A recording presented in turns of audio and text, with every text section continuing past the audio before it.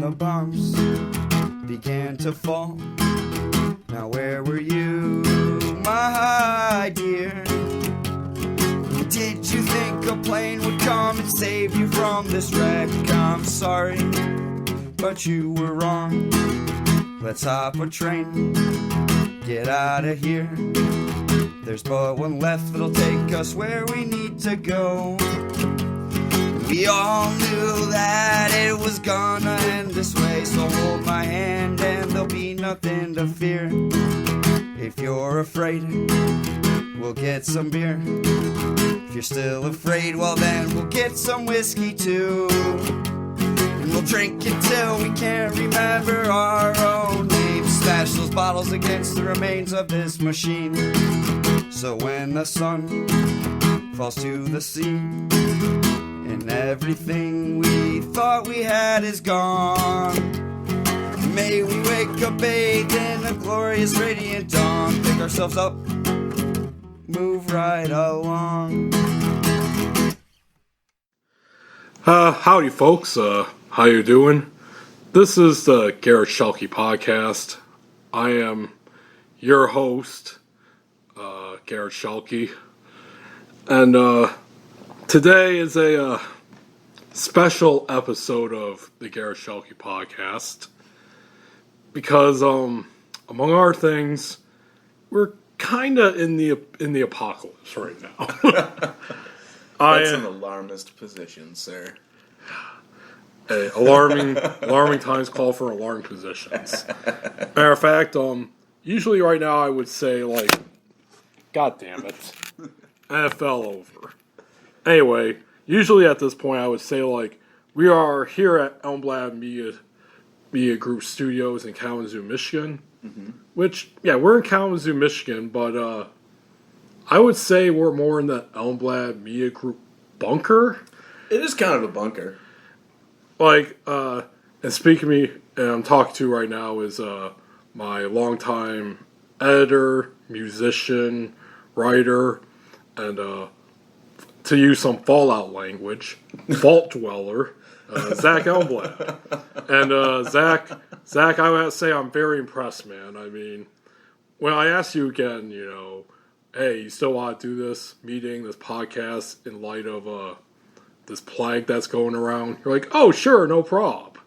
But then I show up here at the Park Trade Center and it's just fucking ravaged right now. And when I texted you the usual, yo, I'm outside the PTC, much to my surprise, you just come right the fuck up in a power suit with a giant gun, and you escort me down to basically this bunker here that you leased just like a month before because you said that you knew shit was going down. It's true, man. I had the inside FBI scoop knowledge. Like, is that a trigger word these days? Are the AI bots gonna get us? Maybe, man. They may just censor this whole podcast. Yeah. We know it's not FBI bots. That's the Illuminati. The Illuminati robots. Yeah. Yeah. Automatons or replicants. Yeah. Was that a call, by the way, that beep? It could have been. I thought I put this thing on vibrate, but... oh, no, just a notification from YouTube. I'm sure people can sympathize. Oh, okay.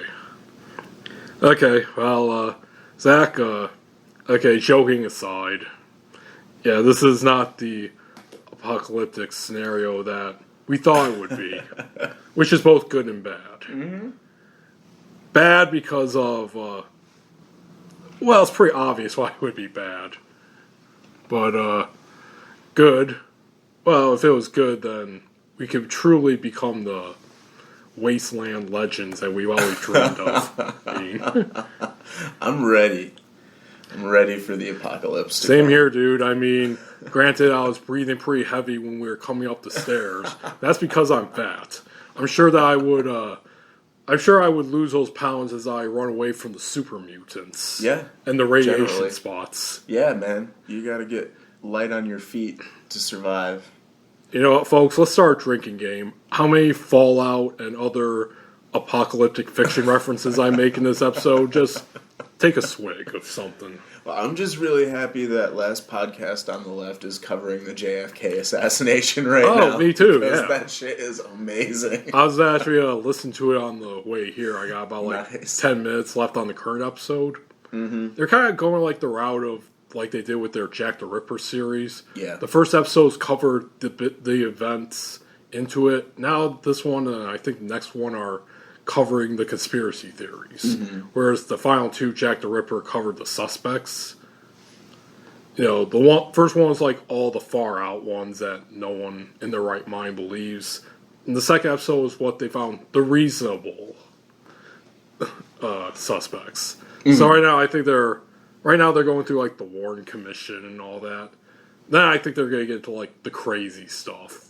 Like, like Badge Man. And, well, right at the end, I don't know if it's the last 10 minutes or so, but they were saying there's 12 possible suspects in 12. Just like the vicinity of they were naming them Plaza. like Lee Harvey Oswald, the guy or two on the grassy knoll, Badge Man, Babushka lady, Umbrella Dude, Umbrella Man. The three tramps. Yeah, that's right. And one of the tramps ended up being an FBI agent, Howard Hunt. Yep, right? He would later go on to to commit Watergate. Yep.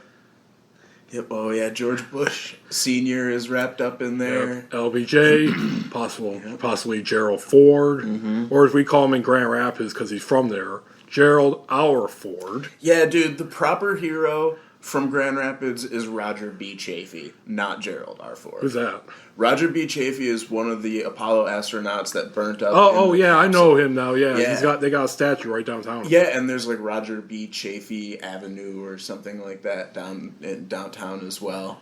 And yeah, he was a good dude too. Solid person.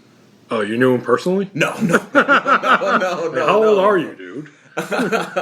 No, just all the astronauts were like generally good people. Like they were like prime stock of they're great actors too. I mean, sure, that's right. Yeah, with Stanley Kubrick on a New England set or something. All right, well, let's get on with it. I had some stuff we haven't. Strangely enough, last we saw each other was January, and we covered a good portion of that podcast thinking we were going to go to war with Iran. Possibly World War III. Yeah, things changed dramatically. So it's hit. The coronavirus has hit America. Yeah, dude, I'm going to just pull up CDC data. Oh, funny. I was literally about to do the same thing because I screenshotted it. Yeah. This is okay. I beat you to it because I screenshotted it. Okay, nice. Here's the statistics from like an hour or so ago. Okay, worldwide, 318,867 confirmed cases, 96,006 recovered, 13,676 deaths due to coronavirus. Here in the U.S., 27,184 confirmed, 176 recovered, 347 deaths. Good old US of A. Yeah, see, the only data I have is from Friday, so it's interesting to get 2 days later. Wikipedia, I think, is good old reliable Wikipedia has up to date. Fair enough. Do you know who's feeding the information to that? Like, that's a question that I have, just about like data management and like number crunching. I'm sure it's from the CDC itself. Probably. And China, A1,054 confirmed, 72,244 recovered, 3,261 deaths. Here we go, the big one, Italy. 53,578 confirmed, 6,072 recovered, 4,825 dead. Yeah, dude. They surpassed China, the place where it originated from. No, I'm not blaming China. We'll get into that later. Has it been over 20,000 deaths in the world yet? No, 13,676. Still, that's a lot of people to die from. I mean, Yeah, I know. it's just I know. just a lot of people to die. It sucks, man. I know, just from the common flu. Can we... I mean, come on, people. Why are we freaking This out? is a robot virus released by Donald Trump to get his re-election campaign. Oh, but he God. still can't fucking do it right. And now he's looking like an idiot and stuttering on television every day. Oh, God.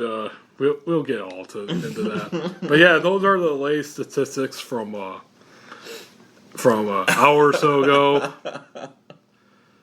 Well, Madness. It's madness, man. Yeah, I have to say, man, just calm down a little bit for like the past 2 weeks or so, I've been screaming internally. Just screeching because I'm legitimately scared. Yeah, Like, I think that's reasonable. Like, I've thought about over and psychoanalyze myself, which, as we all know, is a perfectly acceptable, true way of finding out your problems. It is. You don't need to go to someone. Just have to analyze yourself, read up a bunch of shit from the internet. And, yeah, I don't think I've been this scared since 9/11 happened when I was in 8th grade. Yeah, I think that's a reasonable thing to compare it to. And afterwards, coincidentally afterwards, I see a lot of people comparing it to that. Yeah, definitely. What a coincidence. Yeah. But I would say the reason I feel this way is because kind of like after 9/11, it just feels like the world's collapsing around me. Things are definitely not normal. That is definitely the truth. The shit is buck wild. Yeah, dude. I mean, it seems like every day there's always some new horrible thing going on. Did you see a plague of locusts was in Africa? Oh, There's was? like pictures of just the ground covered in locusts and people like batting them off with swatters and shit. I haven't seen that, but I think I'd rather put up with that than this. I don't know about a plague of locusts. That could even be fun. I mean, at least you know you won't like possibly die or have to be put off of work and not make money. Yeah, I don't think they eat us. Maybe if locusts could figure out how to eat us, then we'd be really concerned about plagues of locusts. What about coronavirus locust? Oh, god damn it. Dude, I've already heard so much that how long it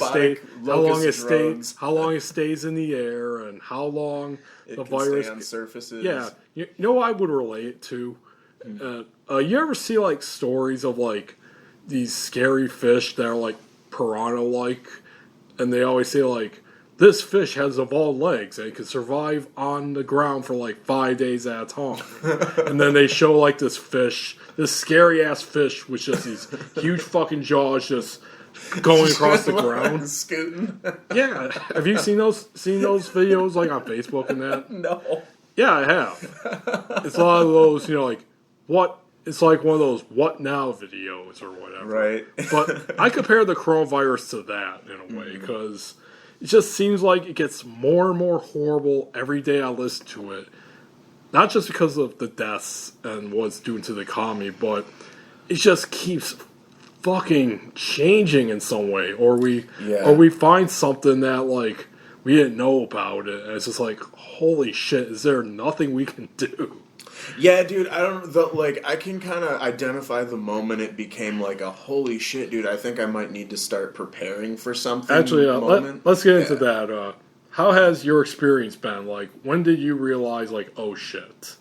Well, we first started talking about it. I went to visit my buddy in Colorado in mid-February, and it had been in China, and he is a frequent international traveler, so it was kind of part of our topic of conversation, but like not on the radar of something that like, holy shit, this is going to impact us at all. And so it really didn't turn into a thing for me personally until like I went to the grocery store one day, and like I think it was maybe 2 days before Trump declared a national emergency. So because I had gone to Meijer and I'm like, okay, I'll go get like maybe 2 weeks worth of groceries instead of 5 days worth of groceries, right?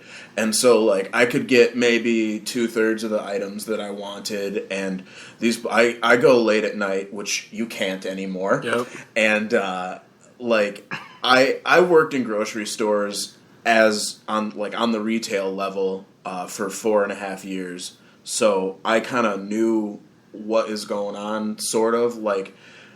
And there was like 5 stacked pallets in every aisle, and just like people scrambling, like both customers and employees trying to keep up with the shelf stocking, and like the basic configuration of all items was gone. Like if you wanted to buy a certain thing, you had to get a different flavor or like a different color. You know what I mean? Like the basic of everything was just smoked. And I was like, what the fuck is happening, dude? Like, I don't know. I didn't know how to react, right? And I don't think anybody did. And so, like, when I was driving between shoots, and I was parked at the Galesburg, like, exit 85 on I-94. There's a Shell station there, and it's got a big-ass parking lot and a subway. Like, if you're on the road, it's a place that you have to go to often, right? So I'm just sitting in this Shell station, and I was listening to NPR, and it got interrupted by Trump declaring a national emergency, right? And so I actually listened to the whole thing, and, like, kind of, like, awe almost, like... I mean, Hurricane Katrina, the one that hit Galveston, Texas, like, definitely you hear emergencies being declared frequently, like, for earthquakes and, like, floodings, all that kind of stuff. So it's not, like, something that surprises you a lot, but, like, hearing... even then, it isn't so much, like, put fear into your heart or because of, like, results of death. It's more so, like... oh shit, we got fucked up. We need emergency federal money. Let's declare this and we'll get said money. Yeah, dude. And so I went into the Shell station, and there's this woman with a cart, and she has taken all of the toilet paper and all of the bottled water that she could fit on this, like, big-ass cart, and she's, like, throwing it into the back of her Subaru, like, filling up the Subaru. And I'm just thinking, I'm like, dude, like, just for, like, if it's a serious emergency, like, first of all, don't spend your money on fucking toilet paper when you can just wash your asshole. Like, that's really dumb to do. But what if they cut off water? Right, well... Granted, you can't flush that. But we live in Michigan. Like, this is, like, this is the largest inland freshwater supply in the western half of Earth. Bro, we can barely drink our water. We're supposed to wipe our ass with Well, that's my point, though. Like, if you're going to spend $100 hoarding toilet paper, why don't you spend $100 on a quality water filtration system? Yeah, so if shit's going to hit the fan, like, you can get big-ass containers of water and filter it and treat it chemically, and then you can have all the water you need. Like, why are you still buying bottled water? That didn't really make a lot of sense to me. And, like... the toilet paper thing, I think that's been memed to death. Oh, yeah, totally. But, like, that's just not where my brain went. It was like, okay, I'm going to get myself set for the next 2 or 3 weeks, and then I'm going to kind of take it easy and figure out what happens. Like, not panic, I'm going to go buy everything. But then, like, as things kind of progressed, I was like, shit, dude, like, I got to start thinking about a plan. Like, I have all of my storage up in Grand Rapids. What if Grand Rapids gets put on lockdown? Like, and I can't go from Kalamazoo to Grand Rapids. Like, also part of my job is to travel city to city. What if I can't do that anymore? Like, and so all of those things are like. Also, I don't really like how quickly the government was able to just turn everything off. Like, fucking restaurants, no more. Ooh. Fucking concerts, done. Public gatherings of more than 50, that's not allowed. Unless it's churches. Yeah, fuck that whole shit. Yeah, dude. Everyone, if you haven't known, our Governor Gretchen Whitmer has been, well, pretty much just shutting down everything. And I guess there's various opinions of whether it's good or bad. We get into that. But her latest thing, she recently has declared that all hair salons, spas, nail places, shit like that, that's shut down. But religious places, your churches and that, yeah, you still have to apply, you still have to follow like the 50 and below rule, but you can still go on. Mm-hmm. As usual, religion destroys society. Yeah, dude. I don't know. I don't know how to react because, like, obviously I want to take a pandemic illness seriously. Like, this data is not coming from nowhere, right? Like, there's hard fact World Health Organization info and CDC on the ground info, but, like, also we don't know about the accuracy of testing because it's a novel virus. Like, it's like the newest version of the software, man. And of course, our awful healthcare system has that's going to come up, man. That's going to come up. Here's the thing. Everybody that's paying attention right now to anything that's going on is not going to fucking forget about it. Come 6 years from now, when all of the elected officials that were involved have now fully come up for re-election, and like everything gets brought up again if they're still alive. If we're also, that's the thing. I'm somewhat joking, but you never know. The coronavirus, honestly, dude. I really, and this may be a bit of Schadenfreude, but I would really like to see something happen to the United States, God forbid, that really does affect the Congress and the upper classes, and this is it. Yeah, I do think it's it. Like I just related it to 9/11, and of course we know there's the whole thing about like pre 9/11, post 9/11 world, which we live in post 9/11. We do. So now I guess they go around that there was a pre-COVID world and now a post-COVID world that's going to come after this. I do think that's accurate. Yeah, I think that's going to happen. Yeah, I mean, you can already feel it because I scroll through my news feeds and stuff, and I see the Department of Justice is trying to fucking limit civil rights and stuff. And me personally, I'm kind of in the gun ownership community, and I love guns too. Being in this, especially during times like this. Yeah, dude, I don't know if you've been around any gun and ammo stores right now, but it's fucking madness in those places too. And like I'm just sad to see that it's not really like leftist people really doing it. It's kind of just your typical right wing prepper militia type, and of course Asian Americans are doing it because just like in 9/11, how we just blamed Middle Eastern people and Muslims for it.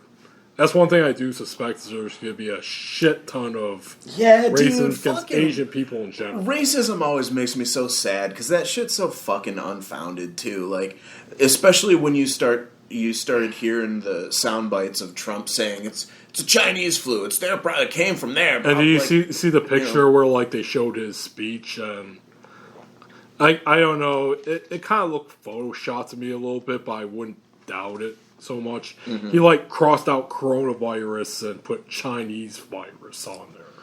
Whatever. That shit's childish. Yeah, in the same way as Pelosi tearing shit up. Like, that's not a symbol. That's fucking prankster child shit. Like, and this is what they were doing while all of that like all of these impeachment trials and stuff, and they're up there peacock strutting, and then this shit was going on in China, and he had fired the fucking pandemic department or what, like the Department of Disease Management Control or what, the specific team. The pandemic team, exactly. And it was straight up report on NPR that he said like, we gotta keep the numbers low. This will hurt my re-election. Yeah, dude. Yeah. Fuck. But also like think about the stages of realization for him as a person too. Like.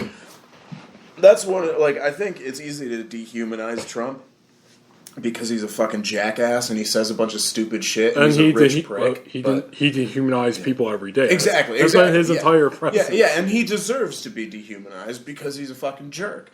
But that all being said, he also is a like brain inside a meat robot, right? The same as all of us, unless he's a cyborg or a fucking alien or a lizard person, like.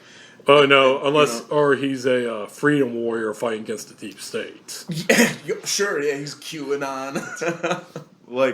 But my point being is like maybe he thought that his best official stance to take was, don't worry about it, it's not a thing. And of course his nomenclature for that shit is, it's a hoax. This hoax virus, the Democrat virus hoax. Like, but like, if that's your toolkit, just look at it as a toolkit, like not as an idiot being an idiot, but just, hey, this is his arsenal of like responses, and this is what he's deemed the most rational and appropriate way to deal with the situation. You have to remember, he's a businessman and a TV show host, so a lot of stuff. Exactly my point. So he's, it's like automatic for him to like try to lie to keep people down, and to make up shit like, it'll go down to zero. We got the best Medicare in the world. Right, and that type of showboating works for a lot of stuff, dude. That's why you sometimes have to give the guy a little bit of credit. And I know that's disgusting to even have on your tongue, really, really, objectively. But, like, if the role of the president was still just a peacetime, person who appears on television and doesn't really have a realistic role in day-to-day operations of what's going on, like, on the ground in our country, like, to now have him be the emblem of leadership in the world for us is the real embarrassing thing. He's declared himself a wartime president. Oh, I know, that's disgusting. It's an abomination. Well, really, actually, I've been taken to calling him a comrade Trump. Because he's oh god, so because he's kind of embracing socialist policies, like that, like we say, the whole check thing that should be coming up next month, which could be really interesting to see how much we get. Yeah, it's so bizarre. Well, now because kind of like the coronavirus itself, it keeps changing day to day. It sure does. First we hear 1,000, then I hear 2,000, then I guess the latest I saw was that it's not going to be like, okay, everyone in the U.S. gets this amount. Yeah. No, they're going to like determine it by like your 2018 tax returns. Yeah, dude, it looks like you and I would be in like the $600 tax bracket. Well, wonderful. I mean, I'll take $600. Like, I mean, I'll literally when Bush take did it, I got like $800, and I spent it on fucking records and cigarettes and going to the bar and shit. Like, that's what I did back then. Thank you. But it's a completely different thing now. Well, that was the encouragement back then. It was a stimulus package, Yeah, but meanwhile, of course, they announced like what, a $1 trillion package per day for banks. Yeah, dude. Oh, I know. Well, do you remember the Futurama episode where everyone got 300 Nixon bucks? Yeah, and everything. Like, I'll take one art, please.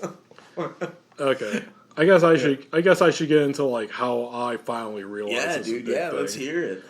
Well, I was once in the before. Oh, Andy Argo, previous guest and friend of the show, shared a memory today from like 2014, and he said like, ah, yes, in the before time. So, in the before time, I was at the Kent County Library in East Grand Rapids, one of my two places where I go to write. And my dad calls me up, and he tells me about the virus outbreaks in New York. Okay.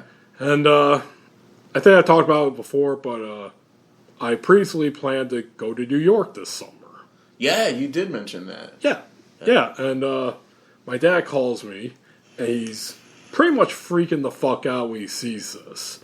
And then he just says, you're going to have to cancel your trip, blah, blah, blah. I'm like, Dad, nothing to worry about. Because, let's be honest, my dad's 62 years old, 63 next month, retired, right-winger who watches Fox News all day. So, in a way, I was kind of like, okay, you're okay, Alex Jones. Okay, oh no, he hasn't gotten that far though, thank God. But I was like, okay, Dad, as I eye roll, because besides this, my dad has made a lot of like bad predictions and given bad advice that none of us really take seriously because they're fucking bad. But yeah, it started getting me fucking worried. Then I was like, okay, this is bad. That was like the first real realization. Yeah. And then, well, it went on from there. And actually, I've had quite a few ventures since they've kind of...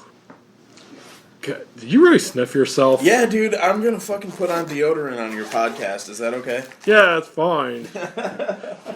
God, you know, I'm listening. We're talking about a biblical plague here. I'm just all put by you smelling your armpit. Yeah, dude. Well, I'm vain here. I don't want to stink up your podcast. You know what?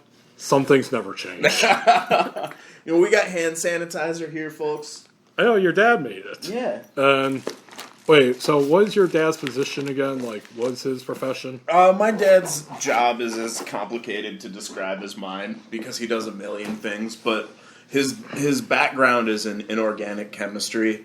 He's the technical manager of a manufacturing facility. Okay, so he's a chemist. He at heart, yes. Okay, Yeah. like since he's a chemist, how I guess knowledgeable is he of just diseases and viruses in general? Not his field of study. Oh, really? Yeah, not at all. I would kind of almost think like he would have something. I'm sure he would. Like, he probably understands the chemistry of some aspects of it, but his specific path of study was in organic chemistry. So he never studied proteins and virology or pandemic or anything like that. But the one person in my network that I do know that directly deals with this kind of thing, I kind of wish I could talk to at this point, which is my old roommate and bandmate Kenny's girlfriend, and she Kenny was a of 3 Mile virologist. Island, right? Yeah, from 3 Mile Island. His girlfriend, I don't know if they're still together. I sort of presume that they are. I think they bought a house. Like,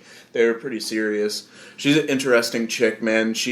And I think she has either a master's in virology, like specifically outbreak studies, or had taken master's level classes during her undergrad as an elective of course of study in her biology degree. I can't remember exactly, but for sure that's what she studied, was specifically viral outbreaks. And she was warning us about this 12 years ago, you know. She's like, these viruses keep adapting, man, and it's like completely fascinating, and like, she knew, like, when you look at the number ratings about like its outbreak potential and like all of the classification factors of a virus, like, she would know how to read all that data and interpret it and like look at like a one sheet from the CDC, like a technical document, and be like, oh, holy shit, this is super serious. So I kind of wish that I could contact them, but like, we've been out of touch for years at this point, you know. So I guess I could call him up and be like, hey, dude, like, I want to know what your opinion is on the We're all gonna die. Like, he's kind of the person I want to talk to in times like this, dude. Honestly, I kind of miss his opinion on this type of shit, because this is exactly what we used to talk about all day. It's what all our music was about. It's what we were listening to. Like, all the media we were consuming. Well, dude, apocalyptic shit. Well, that was the before time. Yeah, you got me now. It was a different time. My 20s, my drunken 20s. Yep, you got me now. So, well, that's cool, man.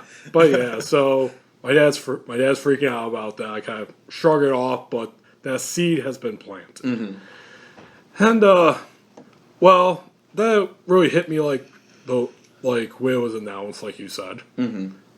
But when I like first really started noticing it was last weekend. I went to Toronto. Oh, wow. Yeah. Okay. Yeah, it was a trip planned. I was seeing Matthew Good, my favorite Canadian musician, one of my all-time favorites. Has a new album out, and I got the tickets and all that shit well before this all happened. I was like, okay, I'm not canceling it, blah, blah. And, of course, my dad freaked the fuck out. First, he thought I was going to New York. Like, no, Toronto. And it's like, well, you know, you may have to look into it, blah, blah, blah. Then it's like, oh, you know, you better make sure that, you know, you can actually get across or you'll be able to get back. I'm like, I'm sure I'll be fine. Yeah. Because this was like right after, too, that Trump closed off travel to Europe. Yeah, exactly. That fucking surprised me. The borders are closed now. Yeah, I know. Yeah. And I got my opinions. Crazy. I got my opinions on that, too. But No, I think that was like the moment I was like, oh shit. Yeah, dude. Because shutting off the board to Europe, granted at first it was just Europe, you still go to the UK and that, which I'm like, Yeah. okay, he has beef with the European Union and he blocks off everything from there, but not the UK. Mm-hmm. Strange how that happened. The time for politics is over, man. Like, this shit is undeniable, so... Oh, there's still plenty of politics. Well, and, yes. And with Trump, it's more obvious than anything. There you go. That's a good way to frame it. Yeah. Yeah, until he finally was like, okay, fine, bar off the UK. Mm-hmm. Sorry, Boris. So anyway, okay, so I go there from Grand Rapids to Detroit. Pretty normal, actually. Mm-hmm. Really didn't notice anything, but when I was going to the TSA, oh, God. There was a dude there, like an Indian dude, wearing all white and gloves, which I thought was a doctor at first. I'm like, wait, what? No, it turned out he was just like some TSA trainee who happened to be Indian. It's fucking racism. But, and of course, like TSA, they're all wearing gloves, honestly. Mm-hmm. And he just decided that day to wear a white suit, which I mistook for like a fucking doctor's lab coat. Oh, God. I am a white man. So, yeah, from Grand Rapids to Detroit, pretty normal. Detroit, it wasn't totally deserted like some airports that they showed pictures of. Yeah. But it was a lot less, which, first I was wondering if it was just because it was early morning Thursday. But there were definitely people wearing the masks, wearing the gloves, signs flashing everywhere, wash your hands. Mm-hmm. Then finally get to Toronto, and yeah, much to my surprise, I got through like that at the Toronto airport. And that usually takes a while, especially through customs. Like, they didn't inquire what I was doing, but not where I was going, not about my health or anything, not if I was in China or Iran. They're just like, get the fuck away from me, human. Actually, it was a dude I run into this a lot whenever I go to Canada, whether it's on the ground or through the air. A lot of them seem to be from Montreal, because he got the French accents, oui, oui. There's no Canada, like French Canada. Exactly, it's just like that, like, welcome to Canada. You do not have COVID, do you? And yeah, so I get to I go to Toronto, seems pretty normal. Mm-hmm. And I saw Matthew Good that night. It was an excellent show. And he joked, like, after his third song or something, that some girl on Instagram basically bitched him out for having the performance. Mm-hmm. So he kind of joked about that. Yeah. So yeah, show ends. I go to Pizza, which is like Canada's version of Sbarro, but they're open till like 3, 4 a.m. and they're pretty shitty. Rad. Yeah, so I'm in there and I'm watching the news because Canada's freaking out just as much as America. Yeah. They really are. And then I get of course, the latest updates on Facebook. Matthew Good, 30 minutes after the show ended, canceled the rest of his tour. Yeah. So I was like, holy shit. Yeah, dude, everybody got like my buddy Eugene that I got lessons from back in October. He was supposed to go on tour with Flesh God Apocalypse, which is an Italian band, and he had just like right when Italy got shut down, he had just left to go back home for a couple of weeks to get ready to go on tour, and it all just completely fell apart. Like, everything got canceled, and like then everybody's shit got canceled. And like, dude, we had all the open mics locally got canceled, so we had like a little Apocalypse basement jam on Friday night here in the building, just with maybe 10 of us. Where we are now, by the way, your bunker. Yeah. And other bunker mates. I've been meaning to ask, are those blood splotches on the wall that looks like you blasted people with your laser gun? Yeah. My brother designed a laser gun for us. Well, I thank you for your honesty. And if he has the time, could he fit me into one of these Starship Trooper like cars that you have? I'm sure, probably we could. Oh, Robert Heinlein, or however you pronounce it. Okay, so next day in Toronto, I go about doing some touristy stuff / shopping. I go to Kensington Market, which is like the hip neighborhood in Toronto. All right. And I did not tell anyone this, especially my parents, because I didn't want them freaking out. I went to Chinatown. Nice. Yeah, and it's pretty evident there. Like, there's still a good amount of people, but still more masks. Like, the most masks in Toronto are in Chinatown. Mm-hmm. That's kind of a cultural thing, too, though. Yeah, that's true. A lot of people wear those masks anyway and have them and keep them because it's sort of traditional or has become traditional for people to wear them when they're sick and also when the smog is bad to, like, filter out particulate. Yeah, like, actually, I remember back when swine flu, aka H1N1, came about. My first year here in Kalamazoo, 2009. I do remember seeing Asian students on campus wearing those. Yeah, it's definitely a thing. Yeah. Well, it's smart. It's forward thinking. Well, according to the CDC, it won't stop you from getting it.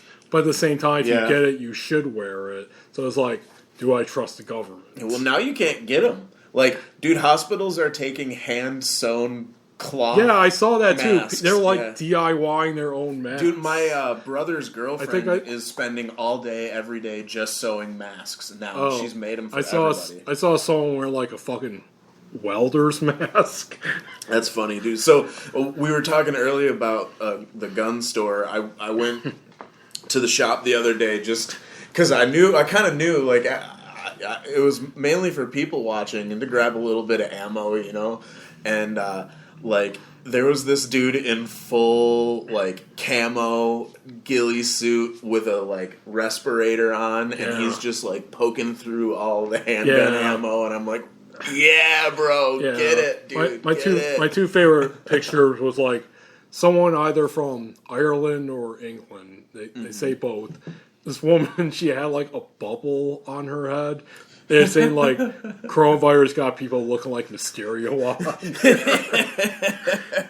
And another one, and I think I've seen this picture before even this, but of course they repurposed it for memes now. It showed, like, an old guy in a flight with what I'm guessing is, like, some portable doghouse or something, like a plastic one, like you bring to the beach or some shit. He's sitting on it. He's in his seat. He just has this thing over him. You know, like white people let dogs lick their faces, but they do this shit on planes. Yeah, dude. Florida had to shut down their beaches because kids were going to spring break. Yeah, I hate to say it, but I'm kind of one of those millennials. That's one reason why I went to Toronto. Because I was like, yeah, it won't get me. Yeah. I don't know. It's easy to have that sentiment, yeah, too. in a way, I kind of feel like an asshole. Like, even now, even right now, according to some people, you and I could be putting each other in danger and possibly others. Yeah, dude, and there's a good point to be made. Like, me in particular, I see strangers all day. I'm shaking hands. I'm in multiple cities a day. Like, I don't even have health insurance, bro. Like, I don't even want to do this shit. I'm afraid it's gonna get out of control eventually. Like, I agree, dude. I can understand blatant assholes like, ooh, it's not real. Who cares? Yeah. But if it's someone like you and I, we both have to work. Yeah. But, like, when are they gonna say, like, you're an asshole for going to work? Like, well, I need to pay bills. Well, you're spreading the virus. Yeah, dude, but then, and this is what I've been talking to my brothers about. Is like, at what point do we decide, like, this is enough shutting down society? Like, maybe we just have to let 1% of us die so that we can just fucking keep going on. Because you can't all just fucking stay home forever, dude. You know what I mean? Like, what if this happens again and again and again every spring in the northern hemisphere? It may just happen for a variety of reasons. Global warming. Sure. Well, and that's a fucking aspect of this too. Like, is that the reason that this is happening, or is it just toxic waste or overpopulation in Southeast Asia or concentration? You know, one of the stupidest posts I saw last night, actually. some conservative guy claimed that it was an anti-Greta Thunberg meme because, of course, we love Leave that poor girl alone. Jesus Christ. I'm glad that people still do that because it shows how much piece of shit they are. Yeah, but it's like a big red letter A. On Yeah. your God, fuck those people. But it said studies have shown that coronavirus can't survive in 80-degree weather. What do you think of global warming now, Greta Thunberg? No, as if global warming's not a good thing because higher temps will kill the virus. Mm-hmm. God, what a fucking galaxy brain way of... To that end, though, and this is a really good point, is that it's starting to become winter in the southern hemisphere. So if this gets down to Brazil and... It's already there, Africa, actually. Then it could just get stuck in a recursive loop type thing, and that's unnerving to think about. And that's to my point. Like, at what point do we just completely shut down everything and no one goes anywhere anymore? We can get into theories on that, but to continue about my trip, so I go there, go Chinatown. I do some shopping for CDs, Tokyo Police Club, and Shad, who are both Canadian bands I like. I know Tokyo Police Club. Oh, I've seen them twice here in Grand Rapids. They were awesome. Nice. But, and a gift for my lover, who, unfortunately, we had to cancel our meeting this upcoming Tuesday because, circumstances. Plus, she works at Borges here in Kalamazoo. Oh, man. Which, personally, I'm not afraid of catching anything from her, but I don't know how she feels. And according to her, she lives with her parents, and they're freaking out too, and they want her around anytime she's not at work. So she doesn't even know if she could come on down to my place without her parents saying "Where are you? You're not working." Wow. And I'll tell you more about her later. All right. But and in Toronto, I planned on going to one of my favorite bars, this punk rock dive bar called Bovine Sex Club. Great place. They had 2 shows on Friday and Saturday. Both got canceled. So it's shit. And that's when everything started shutting down in Toronto. The weekend I was there. That sucks. Dude. The Ripley Aquarium, which I want to go to too. They shut down on Saturday. They had a jazz night on Friday, but everyone on Facebook was bashing them for that. Yeah, I don't know, dude. It's also there's an aspect of overreaction to this too. I know it's kind of like a low key version of Classic Plagues, where everyone's turning on the other person because they might be infected. There's a lot of that, dude. There's a lot of let me get mine and get the fuck out of my way, and I don't give a shit about you. You can just see it, dude, out on the road, people driving 100 miles an hour and cutting in and out of you, and shoving in front of you in line at the grocery store, and just everybody's being a fucking dickhead. Anybody who has dickhead tendencies is relaxing into full dick mode. Yep, so the next 2 days in Toronto, I did go out a little bit, but, oh boy, it was pretty bare in the bars and that. Plenty of homeless people freaking out, though, about coronavirus. And I did have one guy that, due to anxiety from previous weeks and what was going on then, I almost punched out in the pizza because, not because of coronavirus, but first he tried to, sell me, 2 bottles of vodka for, $20. Then when I refused, he claimed he was from Chicago, that he killed people every day. And I was like, dude, please fuck with me. I want to punch you the fuck out. Because that's kind of me now in these past few years. If I get enough anxiety, I kind of want to fight people, because that's a good way to get it out. Just punch a motherfucker. I wanted this guy to do something. That's how pissed off and anxious I was.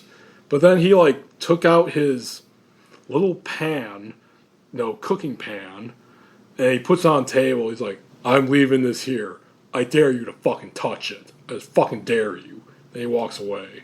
I was thinking what the hell? I was thinking in my mind, oh, I should touch that. And I was like, no, finish your pizza and leave, which I did. Yeah, dude. No reason to provoke people. Yeah, but What a weird fucker, though, to just leave your pan. Like, this is my threat, sir. yeah, dude, it was fucking rough in Toronto that week. This is probably my second worst Canadian trip. But yeah, everyone's freaking out over there over the media, especially after Justin Trudeau, the Prime Minister, his wife got it. Yep. Then it was like, holy shit, our leader's wife got it. Mm-hmm. He might have it. He's in quarantine. And when I was watching the news in Chinatown, when I was having Dairy Queen, go figure, the Royal Bank of Canada, RBC, straight up said that Canada is going into a recession later this year. Mm-hmm. And seeing how connected we are, actually, I think we're in a recession now, but... Yeah, dude, the market's just tanked. Yeah, which, basically, if I were to say the one thing that I've always been paranoid about, the one thing that I was really susceptible for when it came to conspiracy theories is anything regarding another recession or a Great Depression. Yeah. And, yeah, that's one reason why I've been freaking out, too, besides the 9/11 parallels, is just... my fears have all come true times 100. I feared markets crashing and layoffs and shit. Didn't anticipate a plague. Yeah, dude, it's bizarre. That's basically every rational person that I know. That is their reaction. Like, what in the actual fuck? That's the standard reaction. There's many reasons, but I was expecting like Trump's tariffs and Brexit to get us into another recession. Yeah, dude. I did not expect a fucking virus from China to just destroy the entire fucking world. Which, by the way, the globe, the famous rag you see at, grocery stores and shit. Yeah. That was the first thing I saw when I was coming back and I was doing shopping at the local D&W. Mm-hmm. You may be familiar with that franchise. I know the Spartan Nash Holding. Yep, so I'm passing the line and I see the globe and it just says, "Coronavirus destroys the world." I'm like, holy fuck. Oh, man. So anyway, yeah, so Canada trip fizzled out there and I go back to the airport. Yeah, I got through customs and shit, TSA and customs just like that. I would say a total of like 10 minutes. Wow. Yeah, and I don't know, I think it's only Canada too as far as I know, but America has its own checkpoint, so like you don't have to like go through customs in Detroit if you go through Canada. I didn't know that. No, I've never flown into Canada. Yeah, I've always done through Toronto at least. So like I go through American customs in Toronto. Guy didn't even ask me like what I was doing or how long. He's like, you didn't happen to be in China or Iran or anything, have you? I'm like, nope, this is my first and probably only international trip this year. It's like, I see. Bad time to be traveling, huh? I'm like, yeah, I learned that this weekend. Yep.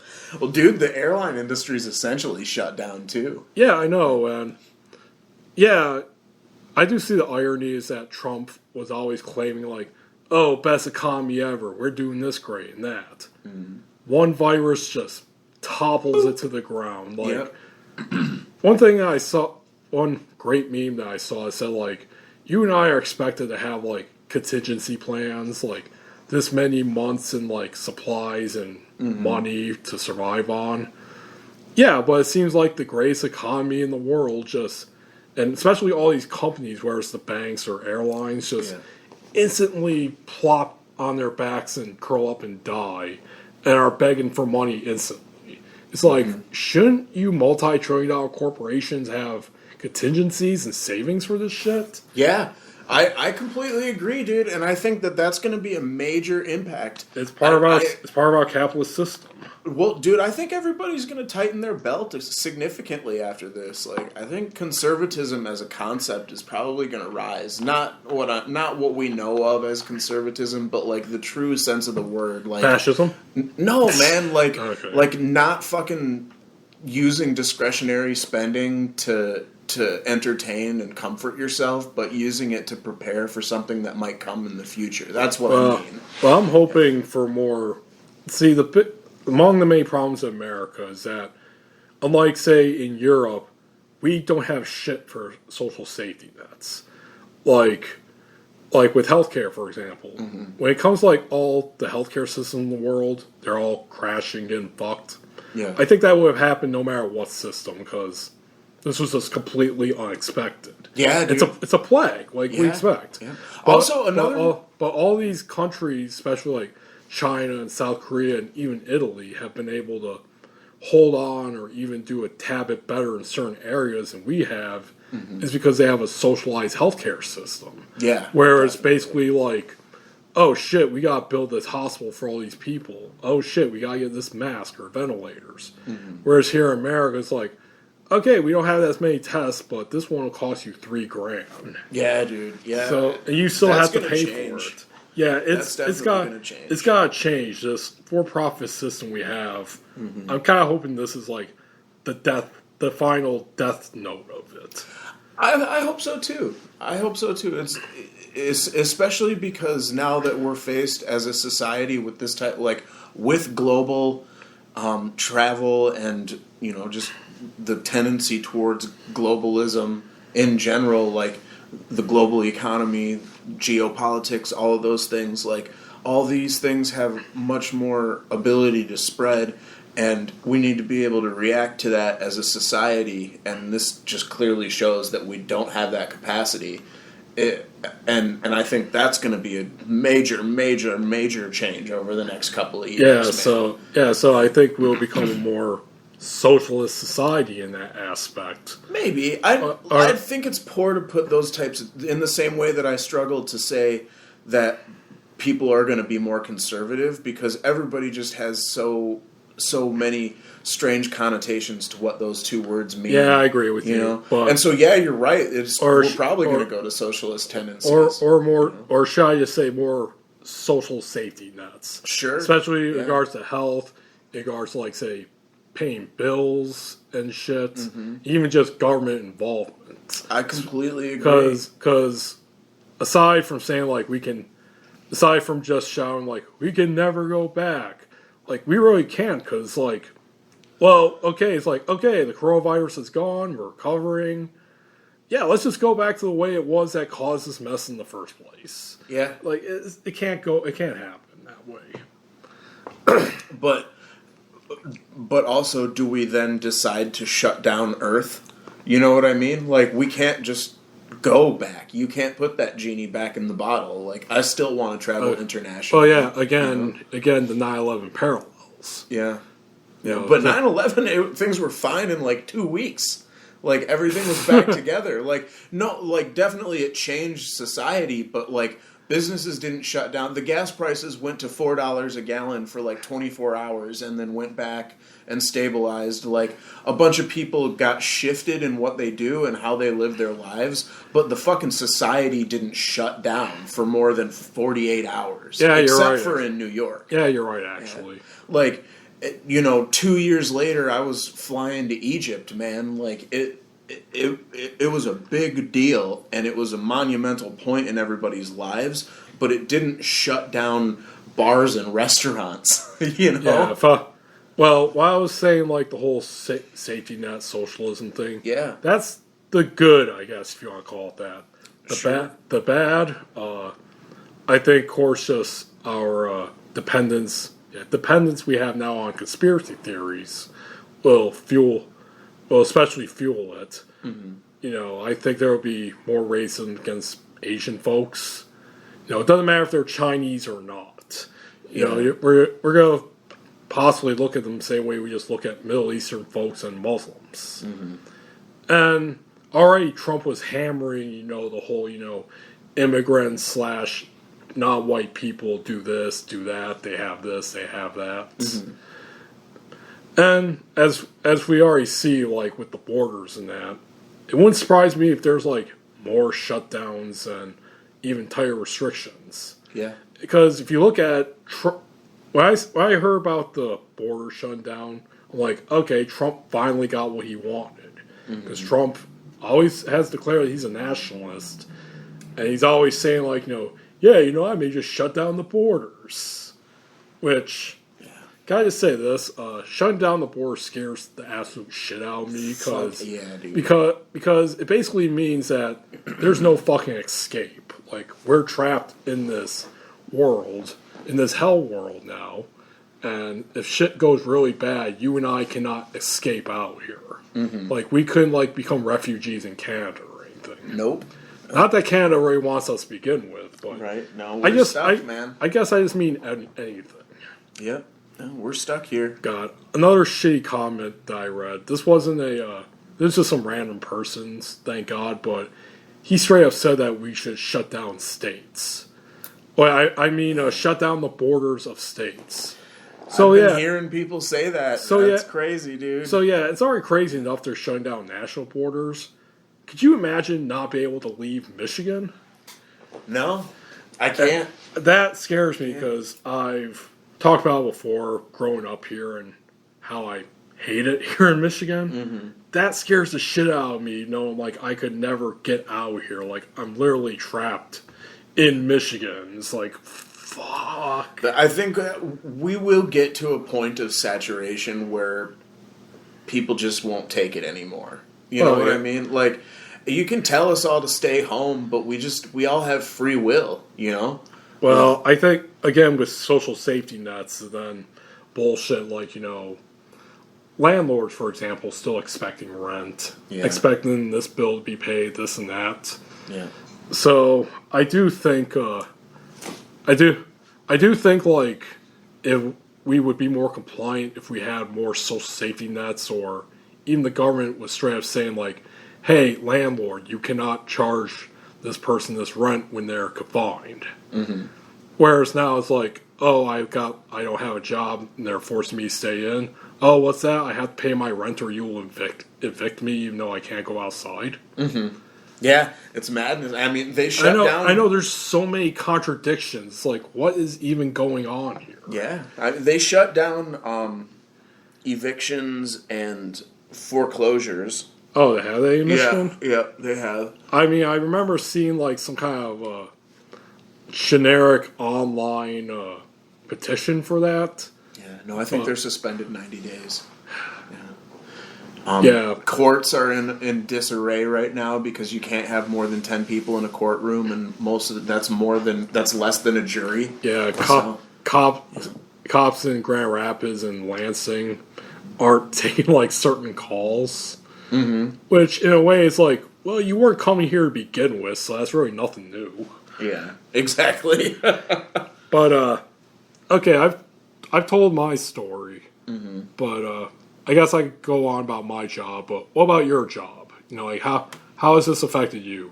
Well, it's been in waves at first. So, like, just to reiterate, I work in the real estate industry as a photographer, so I do listing photographs. Meaning, like, in a way, my function is sort of essential and becoming more important because of this. Because now people don't want to go to in-home showings when they're, like, trying to purchase a new home. So they're relying on the photographs more. And one thing that has happened since I spoke to you is that company-wide, people were encouraged to start utilizing more and more video.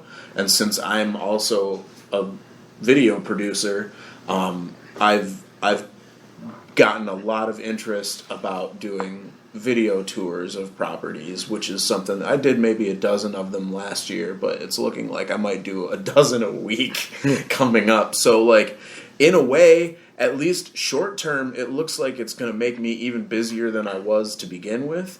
But also, if things continue to escalate and there's, like, non-essential travel bans, at what point do I start saying, hey, I don't want to do this anymore because I don't want to start putting people at risk? You know what I mean? Oh, that, or would you even be allowed to? Or would I be even allowed to? Yeah, would I be able to travel from city to city to city? And I mean, it's made it difficult for me to do my grocery shopping. I've basically had to limit myself to 4 shoots a day so that I can get everything done by midnight and, like, have some time to go to to grocery shop and stuff, maybe around 5 or 6 p.m. And like it's definitely interrupted how I do my job. It's interrupted the stability of my request system. So like I get more and more cancellations due to this. Just either due to colleges being canceled, classes being suspended. So kids come home from college, and that means that they've brought all their stuff from their dorm room, and so the house isn't ready to show anymore, so they take it off the market. Or it could be an older person, an elderly person that was going to sell, but now they don't want strangers in their house because they're at risk. Yeah.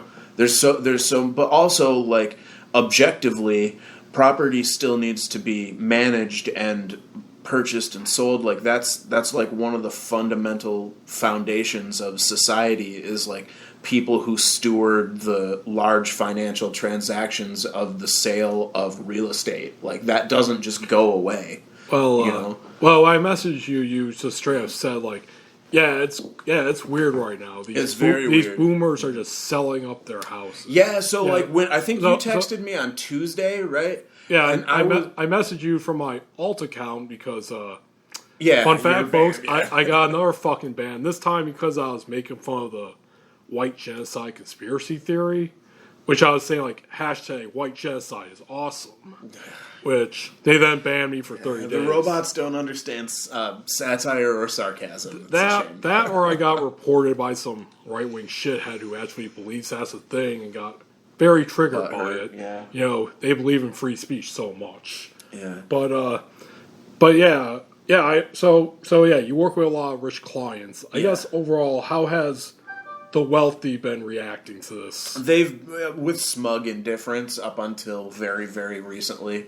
Like I've gotten lectured a lot about how this is an overreaction and young people are influencing the opinions of the media and making it so that this type of shit shuts down society and their stock portfolios plummet. And like some of them have been real blasé, like especially the international business persons like are like, oh yeah, well, I was supposed to fly into London tomorrow, but that's been sacked, and like, whatever, I'll just hunker down here. I got plenty of money. I'm not worried about anything. And I'm just like, God damn, fuck you, dude. Well, but also, like, I have to be professional, too. And, like, a lot of them have, like, really valid points about, like, some of them are doctors and stuff, and they're talking about, like, well, there's math and science behind all this stuff, and, like, you should not be doing this. And I'm like, well, here you are having me in your house, like, I don't know what to tell you, and it's just the same as always. It's just everybody's general uncertainties about the entire situation. Like, taking a fucking $250,000 purchase is nothing to do lightly, buying a home and property and stuff in the woods and commercial buildings. Like, dude, I had commercial listings that I was supposed to go shoot, but now they're shut down. That everybody is just, it's a constant question mark. Like, I have maybe 15 shoots booked next week, but I don't know how many will cancel, and like I said, I don't even know if I'll be able to do them. But when you texted me or messaged me, it was like early in the week, and I was slammed. I worked from 7:30 a.m. to 7 p.m. both Monday and Tuesday shooting, and then had to sit here and edit for another 6 hours. And so that was like business as usual, and it was all boomers those days, like selling their houses. Oh, these goddamn toilet paper hoarders are stupid, and all you kids are overreacting, and this is a fucking hoax. And I'm like, dude, I don't know. Like, when the president's on television declaring a national emergency, that doesn't just happen. Well, a few weeks ago, he said it was a hoax. He did. Now you're right. You're absolutely right. And that's the thing, is now people who haven't caught up on moment-to-moment data are remembering the president saying, and they're like, oh, well, I got nothing to worry about then. Carry on. And then all of a sudden people get slapped because their buddy in Detroit just died or whatever.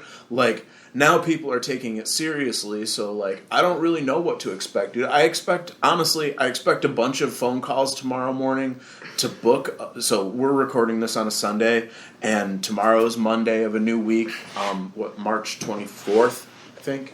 And so all the new CDC data will come out at noon, and then there'll probably be another press briefing around 3, and we'll see what happens. And, like, stuff trickles out of Gretchen Whitmer's office every day. Like, you don't even know what to expect, so I think everybody's just saying toe the line. Like, pretend everything's normal, pretend we're all functioning adults until everything gets shut down, and then just stay home. And, like, California already did it. Like, if we take... I think New York, the city, has done it. That might have been yesterday. Yeah. Because I wasn't weekend. paying attention yesterday. I was doing other shit, so... I was driving to Bangor to go buy weed with my brother. That's what I was doing. Priorities. There was a big line outside the dispensary where I was just like, gotta get that fucking coronavirus weed, dog. Like, people are buying as much as they fucking can. I guess along with my panic, I was reading up articles on rich people with their private doctors. Yeah, dude. Rich people going to literal fucking bunkers. Sometimes it's hard to understand how rich people are. Yeah, man. And the bunkers look exactly like they do in the Fallout games. I'm like, what the fuck? Yeah. So, oh god, I've lost my train of thought. All right, so all these rich boomers are now kind of freaking out. Yeah, definitely. I mean, in the less than a week that it has been since I talked to you, I've gone through so many, like, times of, like, complete uncertainty because the next day, Wednesday, I only shot one property. I was like 7-6-1. And I was like, oh shit, what's gonna happen to me, dog? But, like, as far as I'm concerned, like, since I worked so hard for the few weeks leading up to this shit, I have a bunch of money coming in on invoices that I'm just now sending out. So me, like, even if the shit hit the fan, like, I'm gonna go into it with a decent nest egg, like one big ass check, to start me out for the end of the world, right? Or it'll buffer me through, man. Optimistically, if I really cut corners, maybe 6 weeks, and, like, if I just continue as normal, about 4, and then after that, who knows? Like, I gotta keep paying for this place. I was say you're basically a contractor. Yeah, definitely. And you have this space. Are you good? Have you looked into, like, any kind of, like, special considerations for money? I haven't had time. Businesses. I've just been busy, dude. I'm still trying to get done with all my books from last year so that I can even find out how much taxes I'm supposed to pay. Because I think they've made. Yeah, they've suspended all that stuff, but it doesn't, like, the work needs to be done. Well, instead of April, you got to, like, July to file them. Yeah, well, at least to pay my first quarter taxes through the end of this month. And so that's what I'm more concerned about, is getting 2019 tied up so I know exactly how much I'm going to owe, even if it is delayed 90 days. And I was anticipating filing an extension anyway because I don't quite haven't, like, I made more than I expected last year, which was awesome. But I didn't pay enough into the tax because I paid based on what I made the year prior, so I owe still. I actually got to update mine because I got a raise a few weeks ago. Mm-hmm. And I don't know what I'm going to do now because, I guess we get into what's going on in my warehouse. Yeah, I'm interested in that for sure. Okay, I'll just start at the beginning. Yeah. Apparently, it happened last week when I went on my little Toronto vacation. They had overtime. And just this past week, we had overtime, too. Mm-hmm. I don't know if we'll have it this time. Looks like normal schedule. But yeah, at work, for the most part, it's just the same. To the point that it's infuriating because still a lot of people coughing and sneezing without covering their mouths or anything. Yeah. And there's 3 types of people that do this. One, the special needs people who really don't know any better. Right. You still get infuriated at it, but that's more because of like inaction from management in regards to their behavior. Mm-hmm. Yeah, it's something that you get mad about, but then you feel bad afterwards for getting mad at this person who can't help it. Mm-hmm. Two, the lowest group, the extreme right-wingers who just still don't believe this is a big deal, or they believe it's the Chinese virus. China's after us. The time for that shit has passed, man. We'll get into that. We could get into all this in a bit. Then, of course, there's just the fucking awful shithead boomers who are like near retirement. Like, they do not care at all, even not for political reasons. I think it's because of how old they are, and some of them are just so close to retirement that they don't care what happens to the place or anyone else around it. Yeah. I mean, like, I often don't give a shit what happens at my job because I hate it and a lot of the people in it. Mm-hmm. But I'm not actively going around trying to wreck the place or screw over people. They do, though. Or, like, they just don't care. Like, at the end of the day on Friday, one of them comes into the bathroom while I'm, like, washing my hands after using the bathroom. And this is one of the nicer guys, too. I get along with this guy. He goes up there, does that, washes his hands for, like, I don't know, 5 seconds, just, like, get the dirt or shit off. During that time, then he just walks over, dries his hands off, and leaves. I'm like, it's like, Jesus Christ, you fucking dinosaur. And at my job, we had about 3 people sent home on that Monday that I came back because they all had fevers over 100 degrees, which infuriated one of my 2 best friends there named Jordan, so much that he made a post about it. He doesn't really talk his job or talk politics. He says, listen, if you have a degree, have a 103 degree fever, stay the fuck home. Yeah. I asked him, like, were these, like, newbies or something? Because this sounds like a newbie thing. Mm-hmm. He's like, no, these are people. Then he lists off the people. I'm like, wait, these people have been here, like, nearly a decade over me. He's more worried about one of them because I guess he has, like, a low white blood cell count. Mm-hmm. But we haven't heard anything back. And, and the warehouse, I will not name what it is, folks. Here's a hint, though. Like I said, it's basically the Walmart of Michigan. And it was mentioned earlier on this podcast. Yeah. So, I don't know. Pretend to be Batman, figure it out. And they gave out, like, a set of like, policies during this. Let me just give the nutshell. Basically, if you have coronavirus, then you get, like, 2 weeks off paid. Mm-hmm.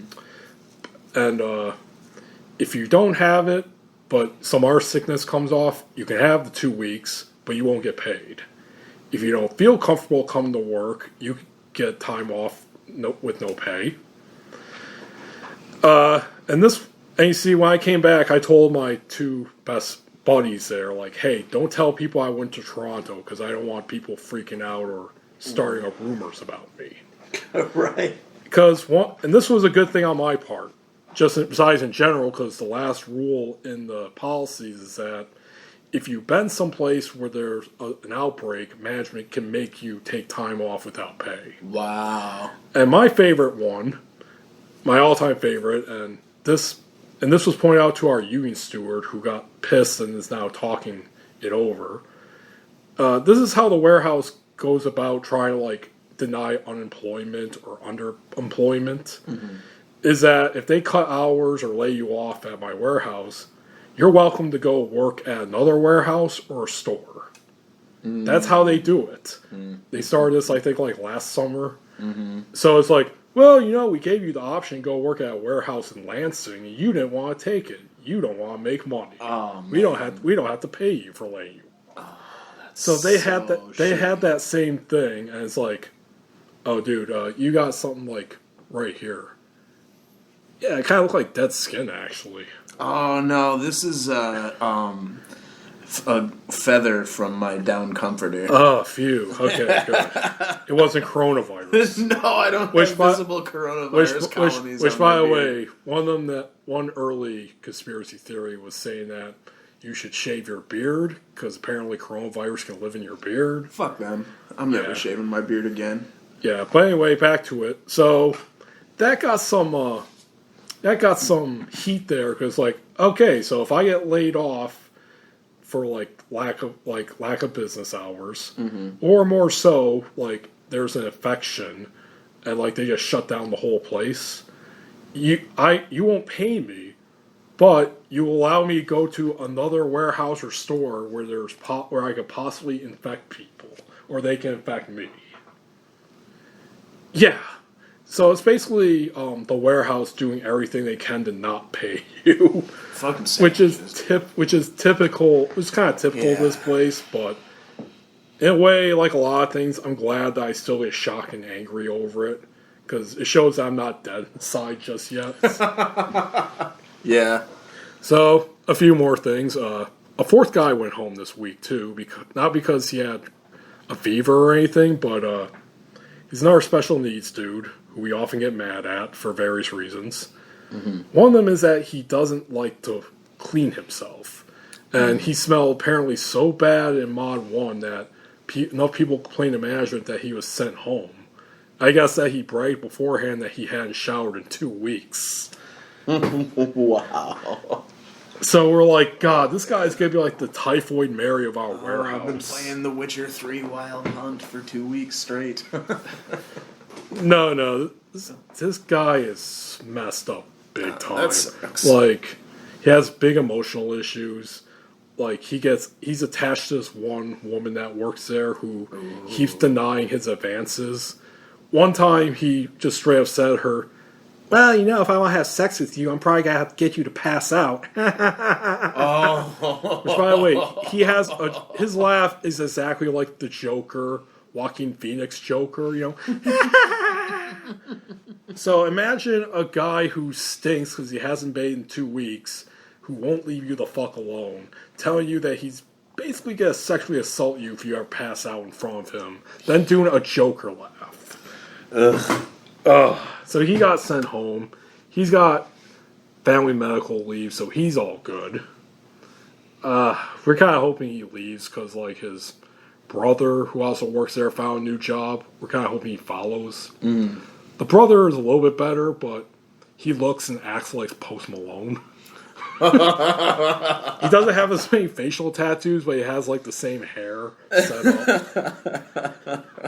So we're like, God, fucking... Okay, Post Malone. Fucking Post Malone. And this guy, we call him Reek, because he reeks. It was like, Post Malone and Reek. Right. And, like I said, the other thing that, besides all the overtime, which I'm using this month to pay off, like, 2 outstanding medical bills from when I got that wonderful tit infection last year at the end of summer. Fucking tit infections. Yeah, so I'm doing that and paying off like some other bill because, like, okay, I got enough of a nest egg, and if shit really does go down, I don't want to be paying all these bills. Yeah. So, like, just get rid of them now while I'm making all this money. Yep, exactly, dude. But so yeah, basically the president of the company declared that from this Monday until like March 2nd or 3rd, we're all getting like $2 raises. So basically I'm going to be making like $20 an hour now. Yeah. Awesome. So in a way it's like, wow, $2 whole dollars. Yeah, on the other hand, it's like, kind of like the whole, you know, check from the government. It's like, God, fuck it, I'll take what I can get. Right, and it's also fucking frustrating that they can pay you that, you know? Yeah, it's like, okay, you can maybe pay me $2 extra, but but if I get laid off due to all this, you won't pay me. It's just bullshit. These fucking multi-trillion-dollar companies, they can do all this, but they keep fucking up either with their own investments or they want to enrich their higher ups. That is like, oh God, government bail us out. People who were talking about slashing funding for everything 6 months ago. Yeah. Yeah, you know, you can't... People who were in fucking impeachment trials 3 months ago. Yeah. Now just begging for money. Living off that government tit. You know, it's like that popular saying goes, you know, socialism for the 1%, rugged individualism for the rest of us. Yeah, pretty much. And one last thing about work that happened. We had COVID meetings where we covered these rules. Mm-hmm. You know, they were like individual meetings, like 10 people. You know, keep apart, social distancing, blah, blah, blah. Granted, we're all stuck together in this warehouse working. Exactly. Whatever. Yep. So one of our janitors was there. Let's call him Ed. Ed fucking sucks at being a custodian. Like, he's the type of guy, like, if he mops the floor and there's like a spider web in the corner, he won't like lift his mop a little bit to just like get rid of it.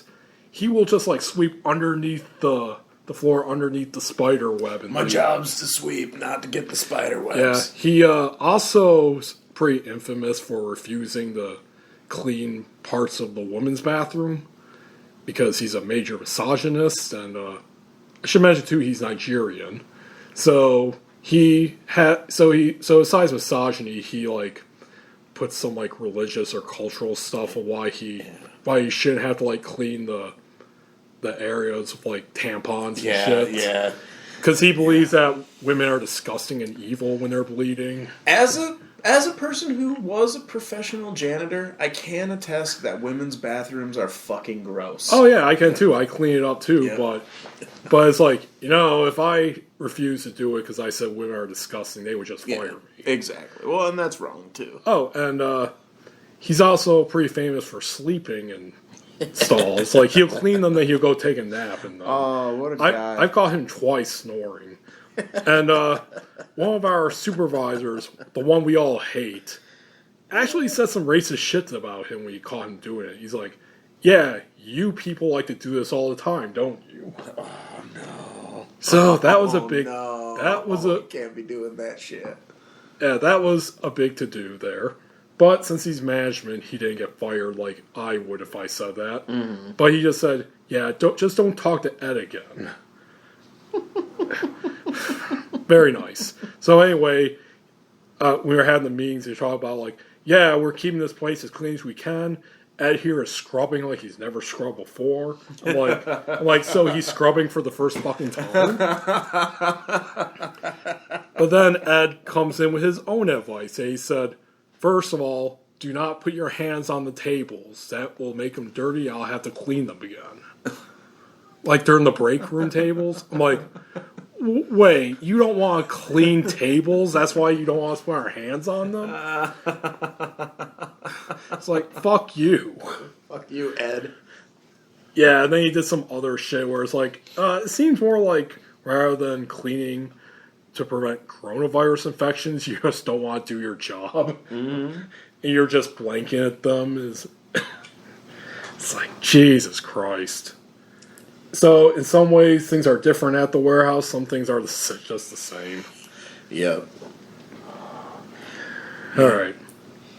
And that's probably the best way to summarize this madness, too, is that a lot of things are just continuing as normal, just strangely, and then a lot of things are just fundamentally different. Well, a lot of them are... You know how I saw this another great meme, of course, because I live on the internet. It said, like... Some people are like, I wish it was like the 1920s, back in the good old days. It's like, okay, well, we have this and that. Oh, that's great. Next, we're going to have a recession. What? No. Plague. No, wait. Oh, all the bars are closed. Yep. It's like in the 1920s. Yep. You're getting your wish. You're getting your wish, Neo Flappers. Yep. It's just like in The Great Gatsby. Well... Oh, shit. Actually, let's take a quick break because my light on here is blinking. Okay. I gotta change it out. Fair enough. So, we'll be back in a sec, folks. All right.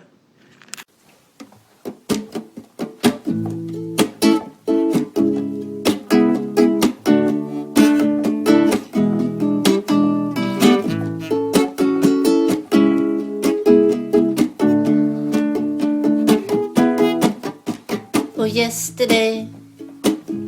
All my troubles seem so far away.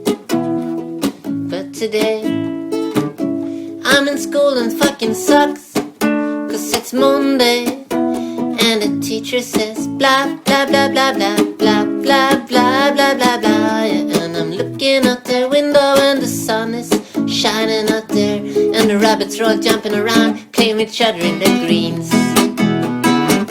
And I just wanna run, blah blah blah, and I just wanna jump around, and I just wanna have fun, riding my bike in the sun.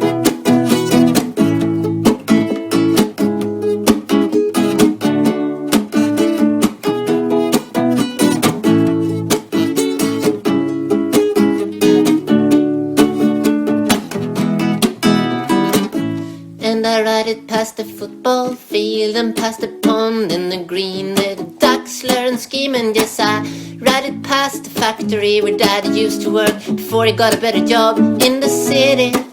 And I ride it round and round and up and down that hill.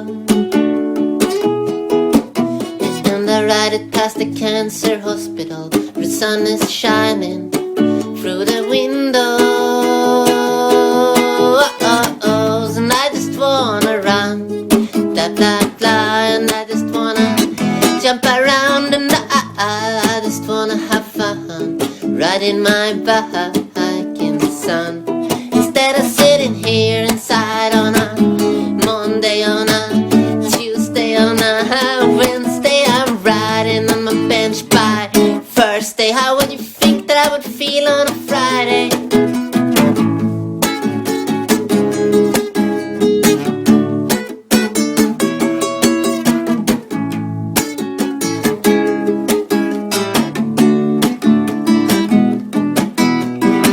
Who gives a crap about Matt?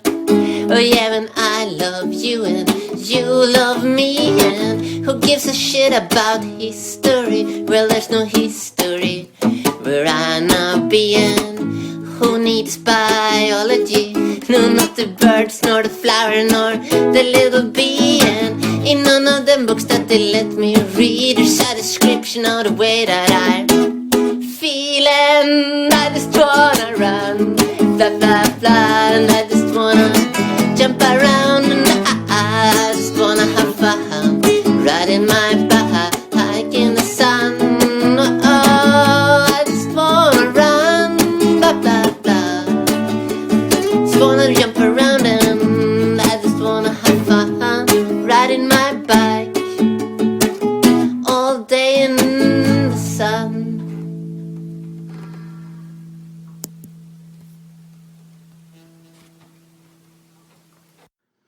Okay, and folks, we're back. I have to say that was a experience that I did not expect to happen as I was going to the bathroom here at the Elmblad Media Group bunker. First of all, I was surprised the bathroom isn't like right next. You know, you had me go down some weird tunnel. A weird tunnel. Yeah, and You were surprised when it was just a pile of rags in the corner of a cement husk? Yeah, I was, but I was even more surprised because you know, there was a super mutant down there, right? Oh, really? Did you piss him down? No, I didn't. As a matter of fact, I had a fight for my life until, like, I remember you gave me that laser pistol and I blew his head off. Yeah, the emergency laser pistol. And you know what? I have to say, first I was shocked, but then I felt a rush that I never thought I would experience before. Ah, your first kill. Yeah, it felt right. It felt like justice. So thank you for opening this world of mass murder for me. My pleasure. This must have been how, like, Ted Bundy and John Wayne Gacy felt when they killed their first victims. Okay, folks, we're back. Garret has become Pol Pot. Oh, I wish. Big Brother #1. But we got some breaking news, actually, while I was on the toilet. Uh-oh. Tell me, Zach, what do you think of Rand Paul? Rand Paul. Son of Ron Paul. Yeah, not as OG as Daddy. Yeah, in my opinion, I don't like Ron Paul, but I do admire him for sticking to his principles. Yeah, sure. He really is a libertarian. except for a little bit on abortion, but even then he's not as extreme as... Yeah, Ron Paul's a bit of a dingus, but I always liked him. Yeah, he had some, basically he was like Bernie's, he's to the right, what Bernie Sanders is. Kind of, yeah. Definitely. But, his son Rand, on the other hand, is just a douche. A complete fucking fake. Like, he claims that he's a libertarian and all that shit, but he will always, like, go like, towards the conservatives and nationalists. He will suck up to Trump. Well, guess what? He was one of the guys that opposed the bills that have been coming out, for relief due to the recession. Yeah. Guess what? He now has been diagnosed with COVID-19. How many members of Congress have confirmed COVID-19 cases? This is the second one I've heard Second, of. okay. That I personally heard of. But they've all been in a room together for the last 6 months. Yep.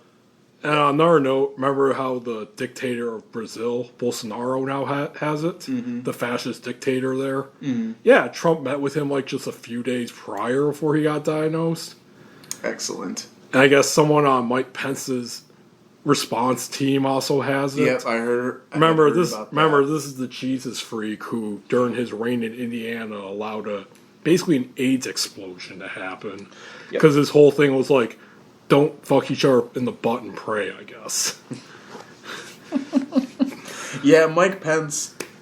Our leadership is definitely floundering right now because they can't just, like, misrepresent the problem away anymore.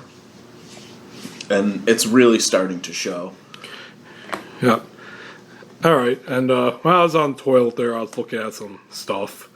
And I mentioned this earlier, but I've been doing some self-care to kind of calm down a little bit. And I have for the most part. Mm-hmm. One of them is that I reread The Mask of Red Death by Edgar Allan Poe, which I haven't read since, like a lot of his work, since high school, because it was required. And yeah, it's a story about a bunch of rich people basically quarantining themselves in a house as a plague goes on around them. Then they end up getting infected and dying anyway. Oh, man. It's a classic story, classic Poe. Yeah. But more so, I've been reading a Batman storyline called Contagion, which came out in the 80s. Mm-hmm. No, not 80s, 90s. Basically, it's about a plague that hits Gotham called the Clench, a.k.a. the Apocalypse virus. And that's what my butthole does. Yep, and it's a virus that was created by the Order of St. Dumas, another secret society within the DC universe. And, yeah, I've been reading it, and I've seen a lot of weird parallels to this virus, even though it's not even as close to being as deadly as the fictional Clench in it. I just want to share with you some of the screenshots that I've taken, and I think you might find interesting. All right, some context. Here's the first part of the story where Batman meets with a general who contracted and is suffering from it. And the general is kind of like laying it all out, going for the rest of the story. Here's what he says. Ebola Gulf A, incubation period, 48 hours. Flu-like symptoms. When the virus spreads in airborne mucus, blood leaks from the eyes. Gulf A desiccates the muscles, shrinking and deforming them, turning the victim to a gnarled, misshapen cripple. Eventually the bones themselves splinter and break under the incredible pressure. My balls! Well, that's the thing. In the story of the Clench, it does deform you. Like, you'll bleed out your eyes, you'll get all these sores and warts. You'll kind of look like the Hunchback of Notre Dame, but you got all the things that look like you're a plague victim. Mm-hmm. Okay, here's the second one. And like I said, I mentioned the Edgar Allan Poe story. This was partially inspired by it because in the story they have basically a rich apartment complex. You're going to love this name of it. Babylon Towers. Symbolism, people. Mm-hmm. And all the rich people in this story eventually, like in the Poe story, lock themselves in. But then one of them has it, so it infects everyone. All goes to hell. Here's what the rich guy who infects everyone there says. If we try to run, we risk exposure to the virus. Drivers, pilots, custom agents, anyone might have it. Next panel. And it shows basically what he imagines Gotham is going to be like. And it just shows, like, people dead on the ground, fire everywhere, fucking trash piles with dead bodies on it. Mm-hmm. In just a few days, the streets will be piled high with the dead and the dying. Order will break down. Chaos will reign. The streets of Gotham will be the streets of hell. And here's how the clenches is in there. Mm-hmm. Yeah, it kind of puts in perspective. I think that's one reason why, like, it's calmed me down a little bit, because, yeah, this is a plague. It's killing thousands of people. Yeah, it's scary, but at least your bones aren't literally breaking. You don't got blood coming out of your eyes. Yep, things could be a lot worse. Ebola could have been a whole lot worse. Oh, yeah, but Obama actually did sensible stuff about that. He did.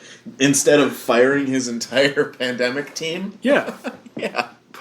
It was pretty sensible of that sensible guy. You do know the coronavirus response is all Obama's fault right now, right? Oh, is it? Yeah, it is, according to Trump. I haven't heard that. If only there wasn't all these regulations, according to Trump, he could have saved America.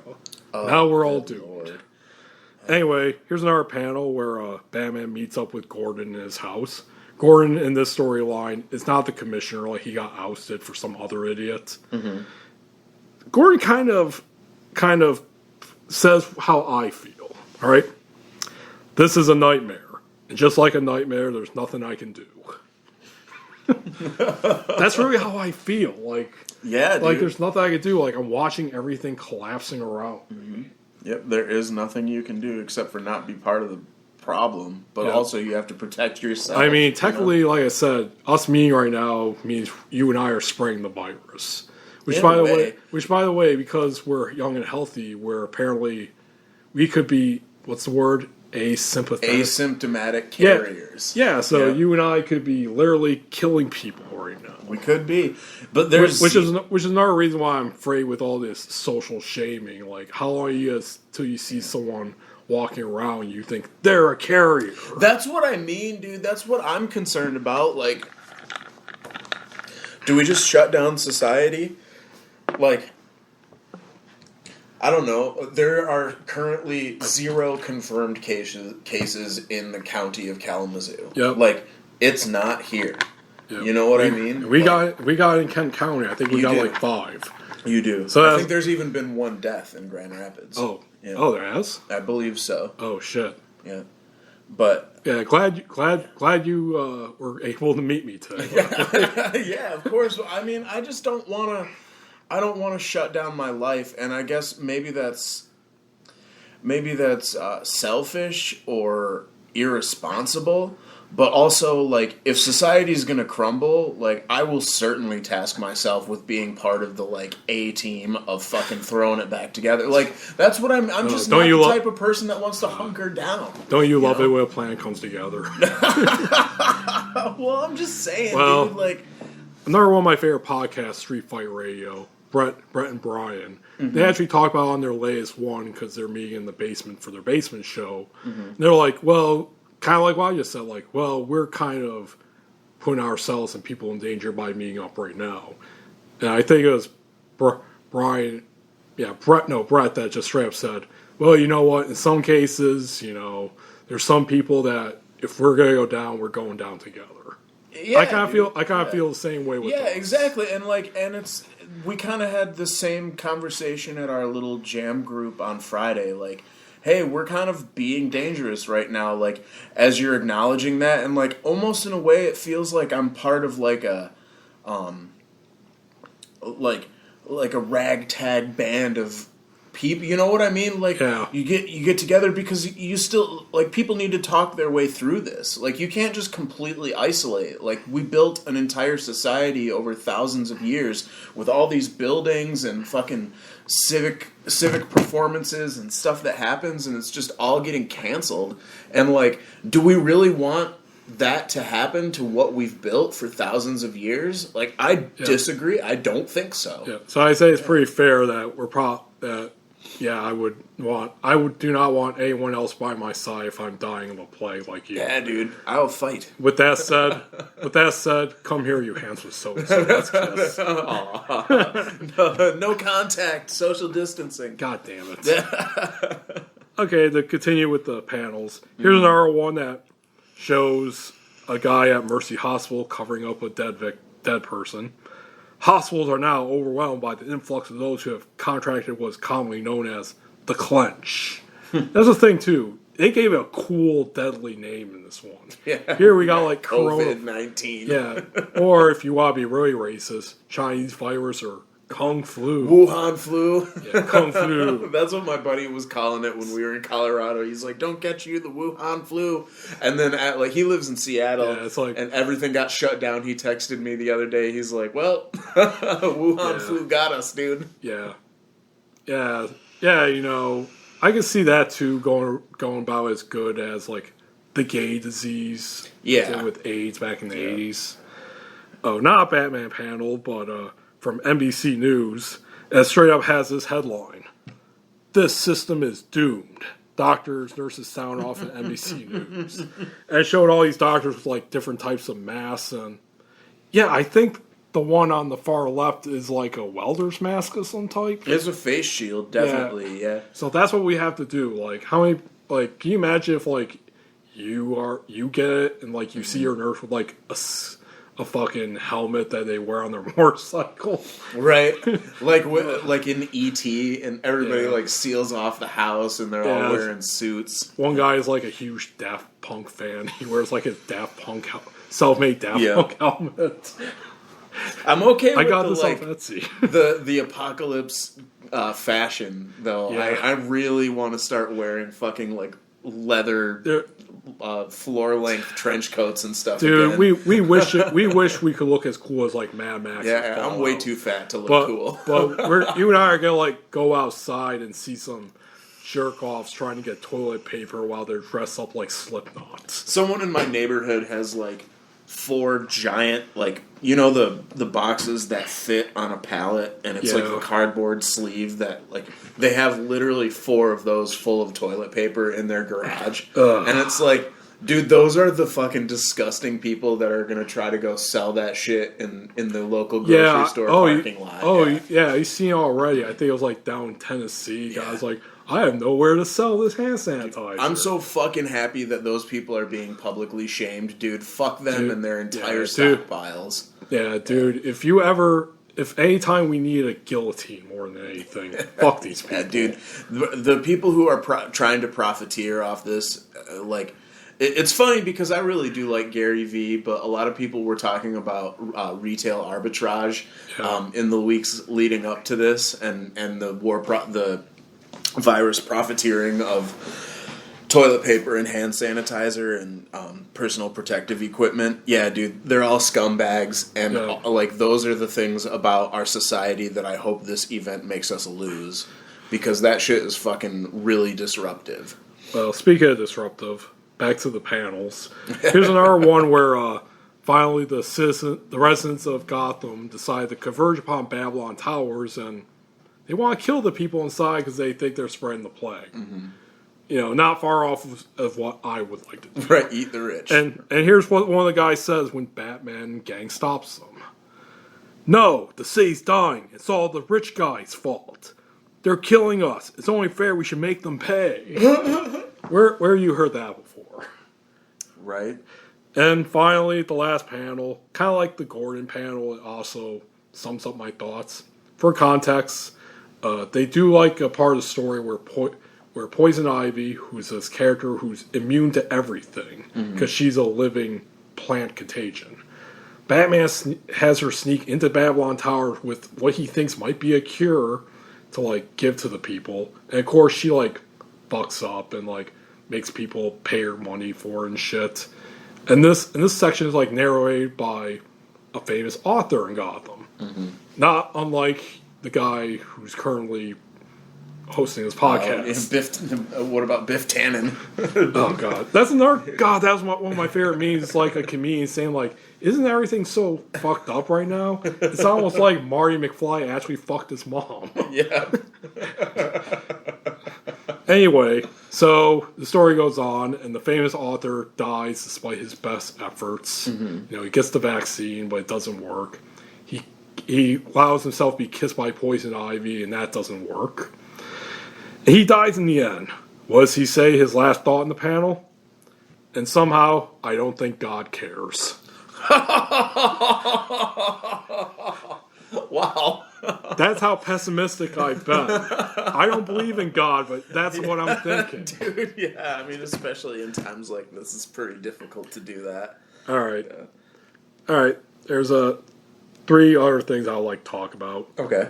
Okay, like I said, I went to Toronto last week. That was my big trip. Mm-hmm. And before the end of the world started, you went on another trip yourself to like Denver to see a band you like. Yeah, I went and saw Oysterhead, man. Yeah, I do. I have actually wanted to see that because once again, you and I have traveled someplace to go see an obscure band. Mm-hmm. Yeah, dude. Okay, so who is Oysterhead? Oysterhead is a combination group of Les Claypool, the bass player from Primus, Trey Anastasio, the guitar player from Phish, and Stuart Copeland, the drummer from The Police.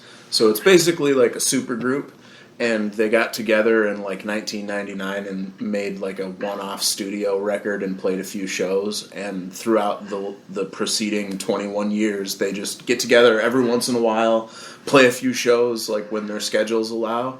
And so my buddy texted me randomly, said, hey, do you want to meet up in Colorado and go see Oysterhead? Because they were playing 2 shows in Broomfield, which is a suburb of both Boulder and Denver. I flew out there, and this stuff was in the news, but it hadn't reached the U.S. yet. It was all just a weird thing that's happening over there that we didn't really fucking concern ourselves about. It's their problem. Exactly, yeah. And so we were talking about it a little bit, but yeah, no. When was this? Over Valentine's Day. Okay, yeah. So it's still February. Yeah, February right 12th to the 16th. I think I was gone. Kind of right on the brink of this all happening. Yeah, definitely. My birthday was February 24th, and so I remember on my birthday hearing about stuff. Yeah, well, no, 10 days after Valentine's Day. When's Valentine's Day? The 14th. Oh, shit, I thought it was 24th. No. Never mind. No. But I remember it becoming a concern, hey, this could get to the United States, and then I just worked that whole week, and then I shot a wedding on the 29th, and then I worked the 1st through whatever the 8th or something, and that's when stuff really started to get serious, and everyone was talking about it, and I think the 10th or 11th is when I went to go get groceries, and shit went nuts, and then here we are in the present reality. Yeah.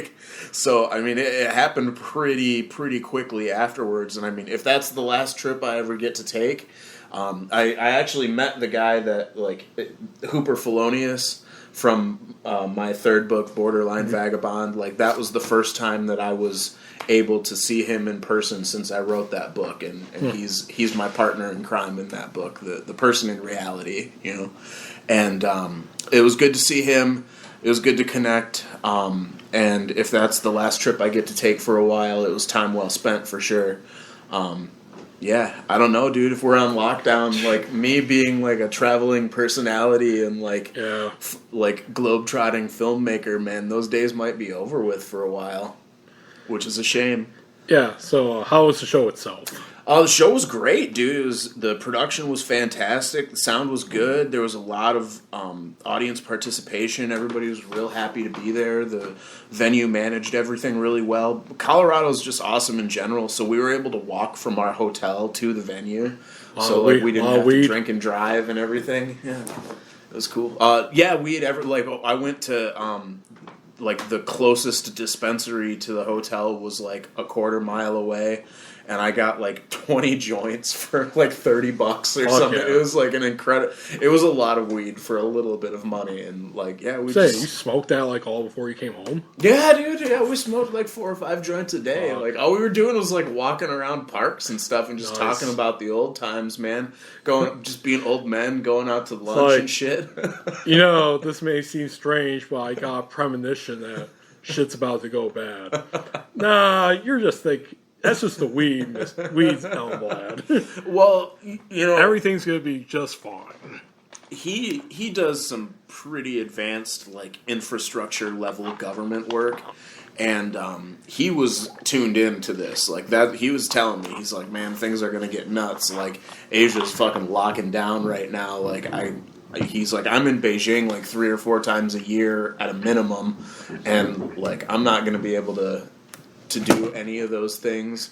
I'm not gonna be able to go to Singapore for a while or Taiwan or basically anywhere in Asia, and like a lot of his business sort of depends on dealing with those contractors that his very, very large company owned by a man named Jeff happens to work with. Just Jeff. Yeah. And those white guys in Asian countries with just one name.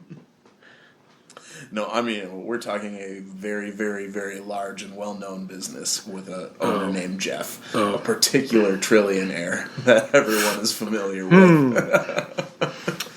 Yeah, let me get my Sherlock Holmes hat out here and figure this out.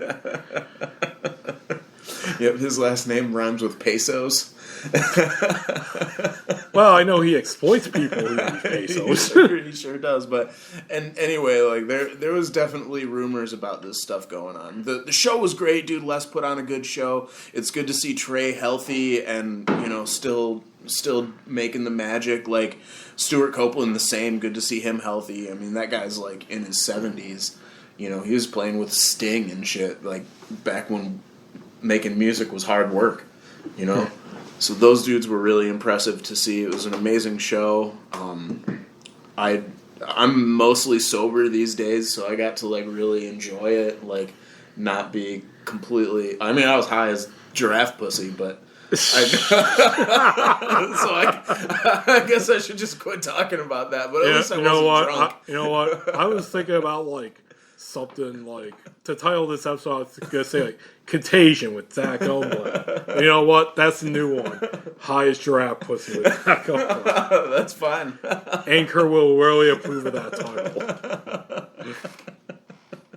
All right. But yeah, the show was great.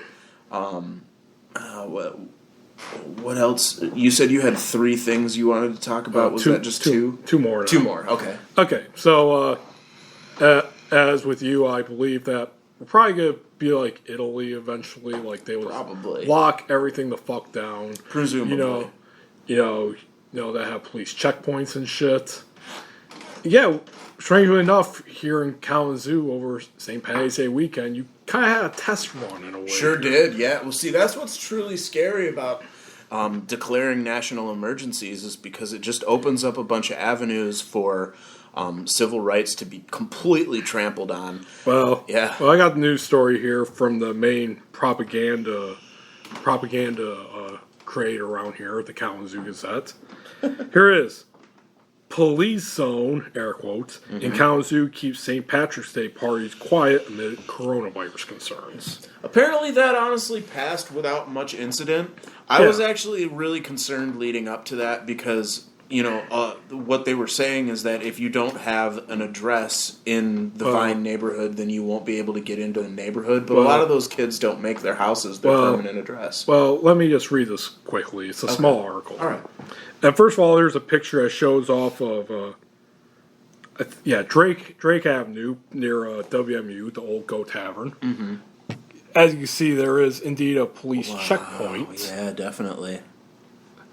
Yeah, let's see. Here's the article. A Kalamazoo police zone appears to have worked to prevent large St. Patty's Day parties as concerns about coronavirus continue across the country. Kalamazoo Department of Public Safety officers set up a perimeter in a neighborhood near West Michigan Avenue on Saturday, March 14th, to prevent large gatherings that would exceed Governor Whitmer's ban on gatherings more than 250 people. Police set up barricades and intended to check identification to verify the business or residency of people trying to enter the zone. As of 6 p.m. Saturday, there was no reports of disruptions. Our goal is to prohibit large gatherings in order to protect the safety of our students, visitors, and our first responders, Kalamazoo Public Safety Chief Karina Thomas said Friday. We are all trying to slow the spread of COVID-19. So far in Michigan, there are 25 presumptive positive cases of coronavirus. This was from the 14th, so it's gone essentially high. Yep. Much larger than that now. Yeah, so before I get to like this one person's testimony that I screenshotted, what was your experience? I did ask you, like, hey, did you get caught up in that shit? Yeah, no, I just stayed the hell away from those neighborhoods. Like, I didn't have any work there, and I just, instead of coming up Oakland from Portage, I just came up Westnedge and just But you saw them, stayed though. away. Yeah, definitely. Like, yeah. were there big lines or anything? People trying to get through? No, it was just the cops were all out, like, kind of right there. Not on, I wasn't at Howard, but it was as I was coming in from the business loop from Grand Rapids.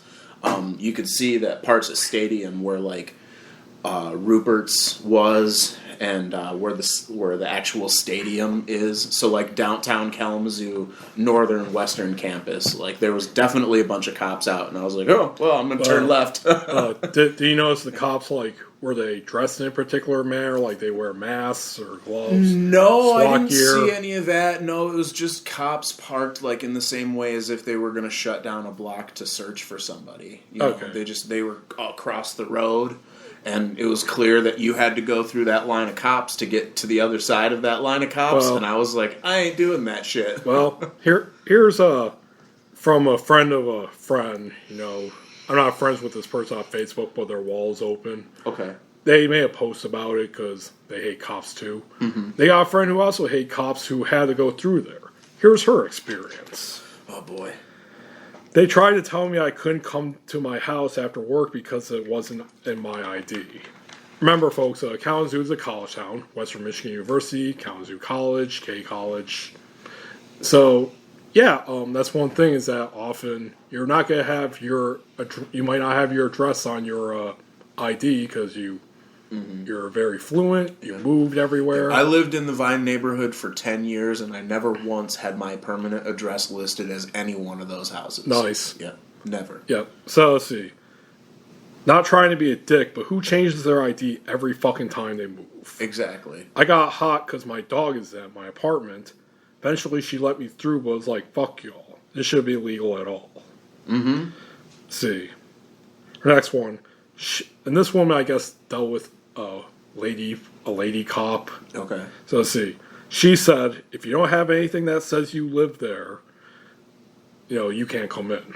I said, well, my parking stickers for this year says 2020, so she still wouldn't let me go through though, so I said, well, that's where my dog is at, so that's where I'm going if you want to come. Because she was like, basically saying like, oh, you want to follow me in my house so I can prove it to you? And it goes on. She said, what building number? I wish so hard I could have said, bitch, shut up. You want to know shit, follow me there, but you aren't. But I'll let me go to my house where my shit is at. Bitch.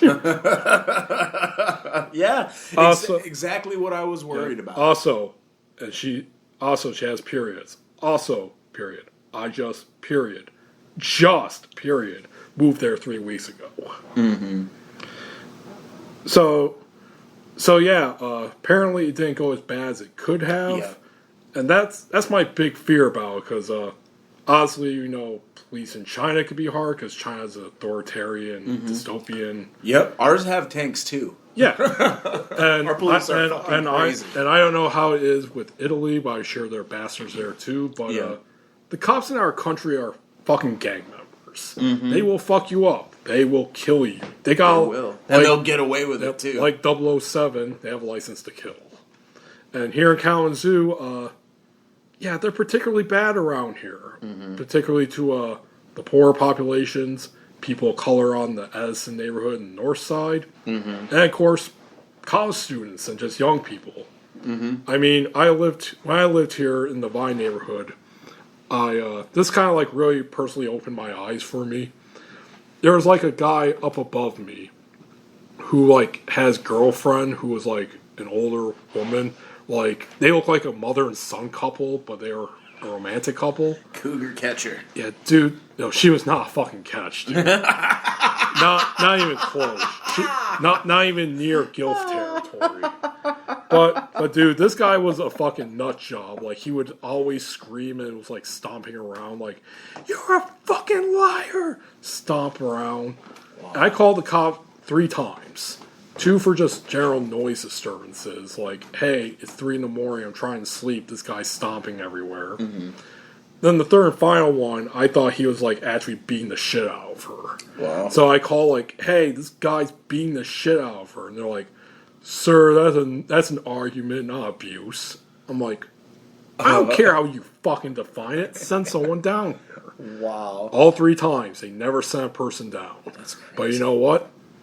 Every show I went to, including the shows I would go to, including my own house, the Black Lodge, cops would just come like that on a fucking call. Oh, yeah. They'd shut you down in a hurry. So, yeah, that's what I was fearing was like, you know, how many people get the shit beat out of them because they don't have the ID and they I just figured say, someone fuck would you, get cop. shot trying to run past. That's what I thought would happen. But it didn't, thankfully. Yeah.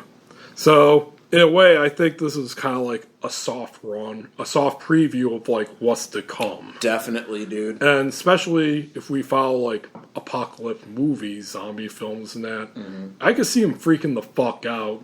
Totally.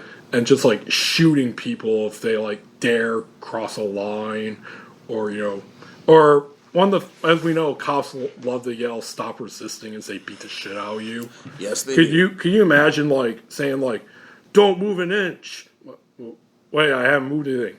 You are coughing. You have coronavirus. No, I don't. Boom, boom.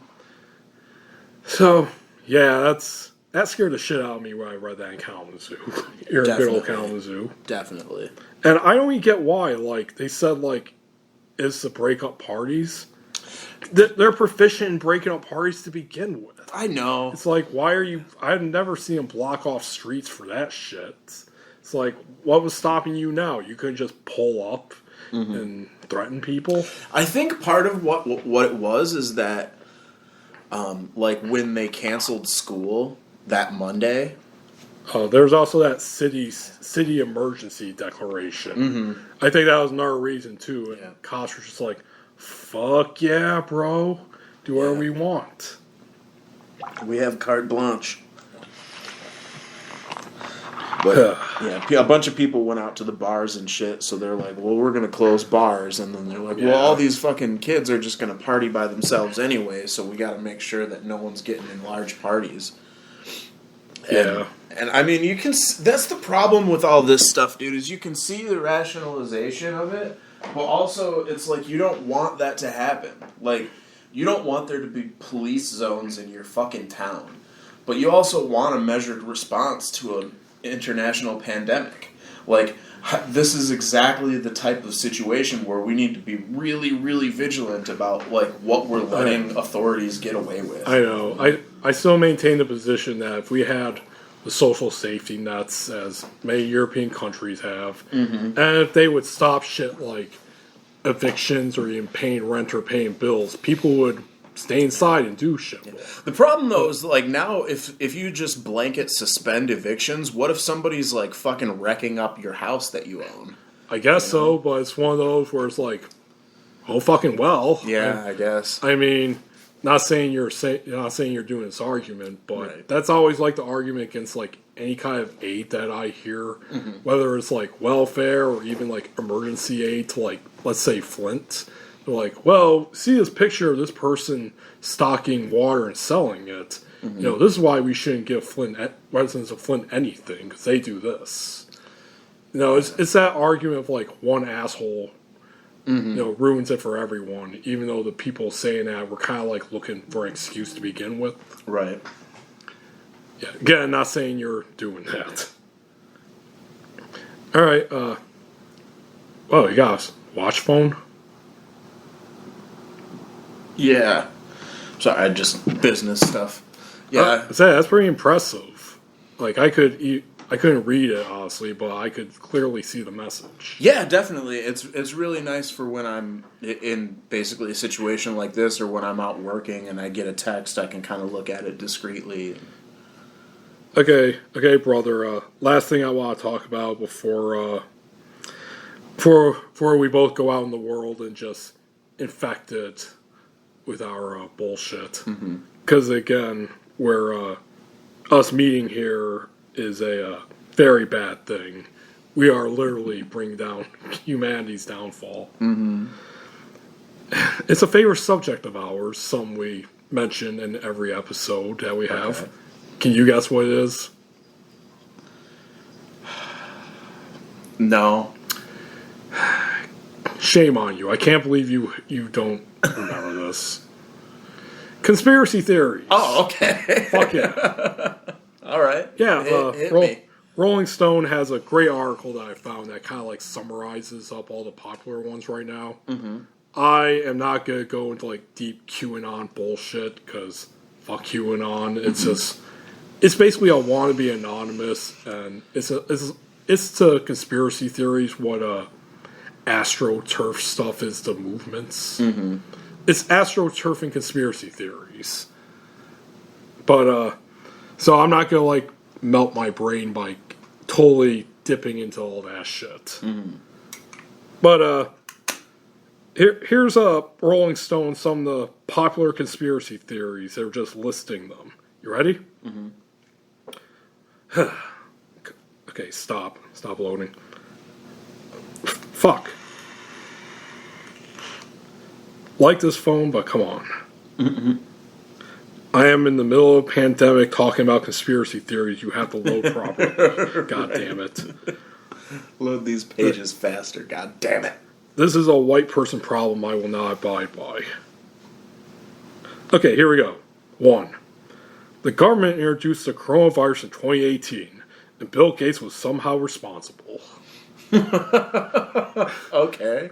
But basically, it says they claim like they found like documents that basically show like the genetic sequence to the coronavirus back in 2018.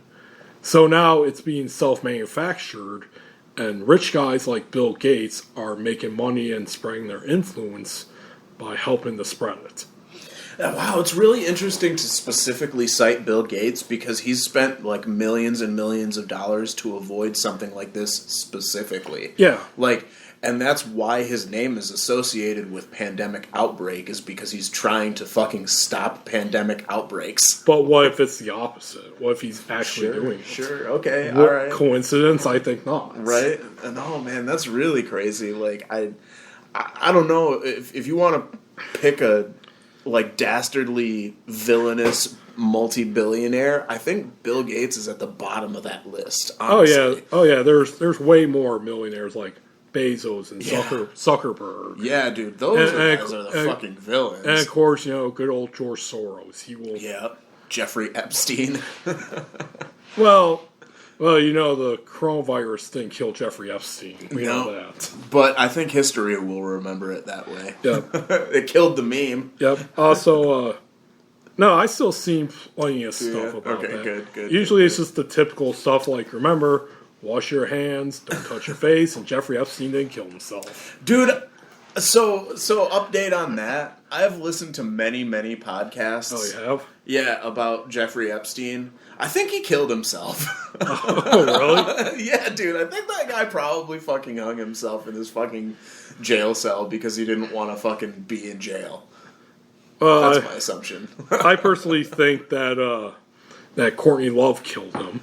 Okay, that does make a lot of sense. That pans out. Because if you think about it, her music career wasn't really going anywhere. She successfully killed her husband. Sure did. And after that, she was like, I'm pretty good at this. I should become an assassin. Just save Dave Grohl. He's a nice man. Yep. You know why he calls himself a Foo Fighter? Because Foos are international assassins, which Courtney Love is. And he fights against them. Perfect sense, dude. And I feel like all my knowledge has now just been connected. And if you look at his songs, like "Spread My Wings and Learn How to Fly," that is him flying above the Illuminati. Yeah, and away from Courtney Love.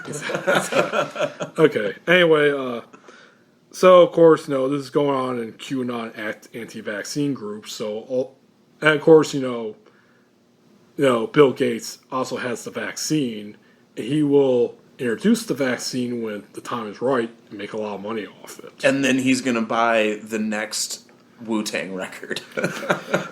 It'll all be worth it then, this entire thing. Thousands dead, just get one Wu-Tang record that probably isn't that good. Okay, speaking of which, the number 2, and this is actually pretty standard. It's not just for COVID. Mm-hmm. There is a vaccine or cure for coronavirus that the government won't release. Granted, I've heard this in previous pandemics, and just general other things like cancer and AIDS. Hell, even stuff that's technically not diseases, like autism. Yeah, I'm pretty sure that that's not right. Like, especially because you have Congress people that have it. Like, if there was some way for rich people to just take a miracle cure for it, I think that you would just not hear the headlines about Congress having it, you know? So I definitely don't think that there is a cure. What I think people often misconstrue is that coronavirus is like a common thing. It's just this particular variation. Oh, yeah. The popular name is like the common name for these type of strains. Exactly. Like, it's just an upper respiratory illness. Like, not people keep saying the common flu, but it's more like the common cold. Like, a certain type of the common cold. Yeah. And that's what, like, pandemic people, like, a lot of people have just casually asked me about this type of stuff, and, like, the truth of it is, like, I kind of, just being who I am and reading what I read, like, you rub up against people who are concerned about global pandemic. Like, this isn't something that just came up out of the woodwork. Like, I mean, technically it came up in December. We knew about it, and we're like, meh. Yeah, dude. Well, but I think everybody just assumed we had people handling that. Or even like previous, like with like how Obama dealt with Ebola. It's exactly. It's like, well, if he could do that, Trump can do this. We can do it. Sure. And I think that I even really assumed that. I was like, well, whatever. Same here. I wasn't. Really shit doesn't come here, man. But it did, and it does. Very quickly. This was another thing that has exacerbated my paranoia / depression, especially on my Toronto trip, is that I thought, like, if I unfortunately got traveler's diarrhea, as I often do, and since I was walking around in the cold, I kind of got a 1-day cold. Right, the old sniffles. Yeah, and of course I got some air sickness while flying. Yeah, and you know what my immediate thoughts there? I got coronavirus.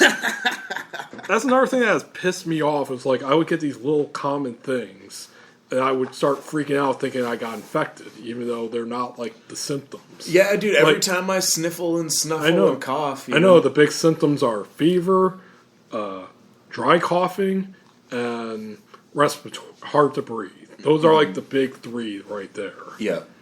But I was still freaking out, thinking like if I had anything out that I guess would be normal, even like a headache, I think I'm infected.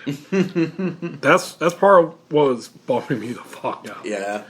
Luckily enough for me, I'm pretty resilient to illness. I generally am too, but now I'm entering my 30s. It's kind of sure. I mean, but again, that doesn't mean I don't carry it. You know. Well, same here. Yeah. God, we ready to kill each other right now? I hope not. I don't think so. I don't think that's the way things are going to pan. You know, unlike you, I have the laser gun you gave me to kill a super mutant right next to me. I got a crate of them. Granted, you're in your power suit right now, so I don't know if it'll penetrate, but I'll give it a shot. I live with 2 genius scientists. Your brothers? My brother and my dad. Oh, okay. Anyway, third, here's where the racism comes in. You ready? Uh-oh. Ready for some racism? Here we go with the racism. Coronavirus originated with Chinese people eating bats. Isn't that true, though? No, it's not actually. I thought it was a wet market, and they found it in a bat carcass. No, actually it isn't. Okay. What was it? Let's see. Well, first of all, the assumption came from, like, viral videos of, like, people like, eating soup, and then right-wingers being like, that's bat soup. See, like, apparently, like, in some blogs as it says right here, the videos were immediately picked up by tabloids and conservative blogs, which ran such non-judgmental, non-Eurocentric headlines as, is this objectively disgusting soup what's causing the coronavirus outbreak? And the social media users reacted in kind, professing their horror at the clips. Y'all Chinese people eat this shit and expect to be fine? Come on, one tweet said. Let's see. And of course, while it isn't unheard of to eat small mammals like bats, it's not exactly commonplace. And that claim otherwise about a country of 1.3 billion people is a massive generalization. Let's see. Blah, blah, blah. Oh, they actually had this was actually kind of the same blame back in the early 2000s with the SARS outbreak. They apparently believed that was the same thing, too. But there was no evidence that eating bats was the source of the coronavirus outbreak. Matter of fact, I guess many people who tested positive did not have contact with live animals prior to contracting the illness. I believe the hoax, I guess. And a report from the Journal of Medical Virology actually suggests that snakes may have been the cause of the infection. Fucking snakes. It's always snakes giving us those knowledge bits. But basically, as they summarize, they may have some clues, but there's no general consensus of where it came from. Fair enough. And people just still believe, it's Asian people eating shit that we find weird. As we scarf down, Popeyes and McDonald's. Yeah. All right, here we go. Number 4, the one we've heard about, which has turned out not to be true at all. The virus is no worse than the common cold. Yeah, definitely not the truth. Yep.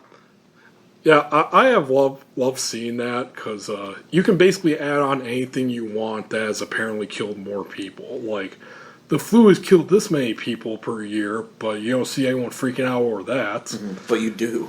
I know. And I've seen people claim, abortion has killed this many people this year, but no one does anything about that. So you can literally tack on anything. Mm-hmm. I could say, this many people died this year by sticking forks into power outlets. What you keep hearing from people who deal in this type of stuff is that, it will appear as if it was all blown way out of proportion if it goes correctly. And that's another one of those things where you're like, damn, the logic on that is flawless, but also how do you fact check any of this? Again, I reiterate, it's not even in the place that I live. There are 0 confirmed cases of coronavirus in Kalamazoo County. That we know of. Exactly, because you can't get a test. Yeah, that's the thing, too. There aren't enough test kits, and if you do, some of them are charging, $3,000 to get a test? Mm-hmm. Would you want to get that test? I won't. Fuck no, you just stay home. Exactly. Number 5, and this is where we get into the wacky territory that I'm loving. Hand dryers are effective at killing coronavirus. Wait, what? Okay, you remember? Okay, so basically, last month, Chinese social media was brimming with theories that using a hand dryer for at least 30 seconds was an effective method of warding off coronavirus. Basically, it's the whole thing about, hot temperatures will kill this and that. They do that with bed bugs, for example. Clean your sheets at this, it'll kill off the bed bugs. Mm-hmm. So they're assuming, the same thing, I guess, hand dryers are pretty fucking hot. I mean, so why not? Why not kill the coronavirus? Right. I think there was a little blurb about, something coming out of France where ibuprofen can... Yeah, I just read that, too. Wait, no. Yeah. I don't think so. That doesn't track. By the way, I'm reading the Rolling Stone article that just summarizes stuff. Mm-hmm. Apparently, the World Health Organization has set up an entire page debunking coronavirus myths. Oh, man, I love the future. Yep. Here we go, number 6, the real popular one. Coronavirus is a bioweapon engineered by the Chinese government or the CIA to wage war on America or China. As yet to be determined, I guess. I guess so. Even unfortunately, my libertarian cousin, when everyone started freaking out, shared a opinion column by the New York Post, very reliable source, that claimed that it was created in a lab in Wuhan, And it was one of the woo-ha, woo-ha, Busta Rhymes. He was a prophet. Got you all in check. Break your neck. But basically it's kind of like the JFK episodes that were listened to on our last podcast, where it's a lot of like coincidence. I think not. And this article is basically like, well, there's this lab in Wuhan where they deal with bioengineering, blah blah blah. So coincidence? I think not. So a lot of that going around. Mm-hmm. And I'm sorry, folks, but coincidence can lead to suspicions that can lead to investigations and studies. It's not evidence. Nope. And correlation does not imply causation. Yep. And I have to admit, though, it is plausible, I see, because both the U.S. and China both love to dabble in biological warfare. Yep, and the CIA is known for completely blundering things often. Yeah. So. But the problem with this is, besides really no evidence, it can obviously lead to, racism. Yes. Because, and in two ways, like, we can already see, like, them claiming Chinese people are causing this by their cultural and personal habits, so why not their fucking government doing it intentionally? And it's like, oh god, it's out of control. It is like a sci-fi movie theory. It is. Yep. It is. A little population control. Yep, that's another thing, too. A little ability classic. To introduce martial law. Yep, classic. Yeah. And of course our president called it the Chinese virus. Yeah. And when reporters are like, hey, that's pretty racist, he's like, no, it's not, I'm just saying it as it is. Yeah. Which is a very popular racist defense online of racists. Just tell them it as it is. Yeah, dude. And, hell, even China's getting in on it by claiming, like, the U.S. military brought it into China. Which I see as more, like, retaliatory, like, oh, yeah? Well, you brought it in instead. Alright, so there's that. Number 7. Dean Koontz predicted the coronavirus. Oh, Dean Koontz. Dean Koontz, if people don't know, is a famous mainstream horror Diet novelist. Stephen King. Yeah, him and Stephen King are kind of rivals. Friendly rivals in a way. No, but they took a passage from his 1981 novel, The Eyes of Darkness, where the passage appears to allude to the creation of a deadly virus known as Wuhan 400. Let's see. Aside from the reference to Wuhan, however, there is no similarity between the Wuhan 400 and COVID-19. Unlike COVID-19, which is about a 2% fatality rate, Wuhan 400 kills 100% of its victims, mostly by creating a toxin that literally eats away brain tissue, rendering victims without a pulse. So, yeah. Big difference there. It's kind of like the clench in Batman Contagion. Like, similarities, but it's vastly different. That's a meme in science fiction, though, is, like, biological weapons or, like, the implication of global pandemic. Like, that's a thing that's been covered often. Yeah. Actually, another writer friend of mine, his name's Jeff Burke, he made a post last night saying, like, editors/publishers, how many of you are dreading all the COVID-inspired fiction you're going to have to reject in the future? Yep. He's predicting it's going to be like the new zombie genre. It's like, God, of course. I've read everything. I'm not reading this shit. Anyway, okay, besides Teen Coots, here's another cultural one. The Simpsons predicted the coronavirus. Have you seen that meme? Yeah, I have. Yeah, with the, like, Chinese guy coughing in the box and stuff. Yep. It's actually from the episode Marge and Chains about an outbreak of mysterious illness, with one appearing to show a newscaster delivering a report about a coronavirus. Although the episode in question is legit, it focuses on an illness called Osaka flu. Osaka obviously being Japan, not China. And the screen grab, which is from another episode entirely, actually reads Apocalypse Meow, not coronavirus. Which even I saw when I saw that. Like, immediately after I saw that, me and my buddy at work looked up, like, the clip from YouTube. Mm-hmm.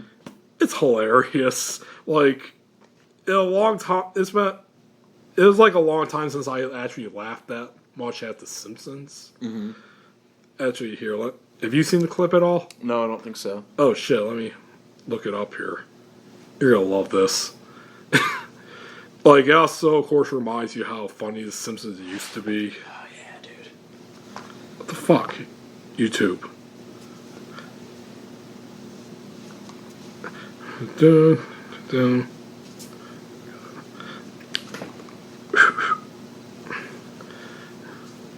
Silence is golden. Let it there on this podcast. Very quickly, I will suggest here we go. Osaka flu hits Springfield, Part 1. This is actually from the episode. It's not a clip about, the cultural phenomenon going around.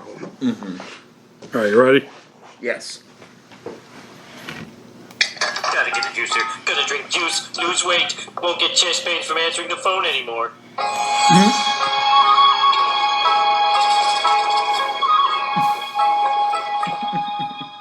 Please don't tell the supervisor I have the flu. I've been working with a shattered pelvis for 3 weeks.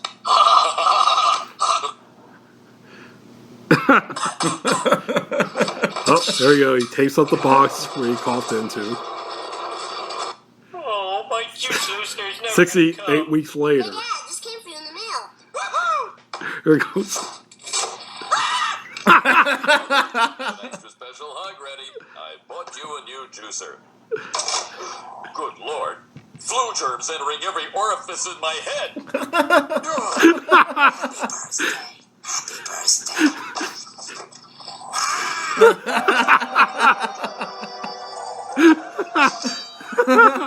It stops at the stoplights. Oh, man. Oh, God. What the? Throws his hot dogs at it. Osaka flu has hit Springfield with over 300 cases now reported. Now over to Arnie Pie with Arnie Muscai. Route 401 is going around and around and around and around and around. And look out at the corner of 12th and Main because I'm going to be sick. What? Okay, Mr. Sun, give me what you got. Okay. So they didn't predict that particularly, but the reaction and the paranoia of just it hitting you in the fucking face. Mm-hmm. Well, this loads quickly too. Back to the article. I just want to say, of course, I went to our unofficial sponsor, Drake Party Store. Got ourselves some smart water. Mm-hmm. They had a nice little stand of toilet paper, and they got the prices for singles and 4 pieces, which I thought was hilarious. I talked to the counter guy, nice dude. Nice. He has on gloves, but as he's ringing me up, he just coughs. He doesn't cover it up. Oh my God. And he says, "Sorry, I have a dry cough." I'm like, okay. Wow. But then he assured me that it's some cold that he apparently gets every year because of his nephew or something.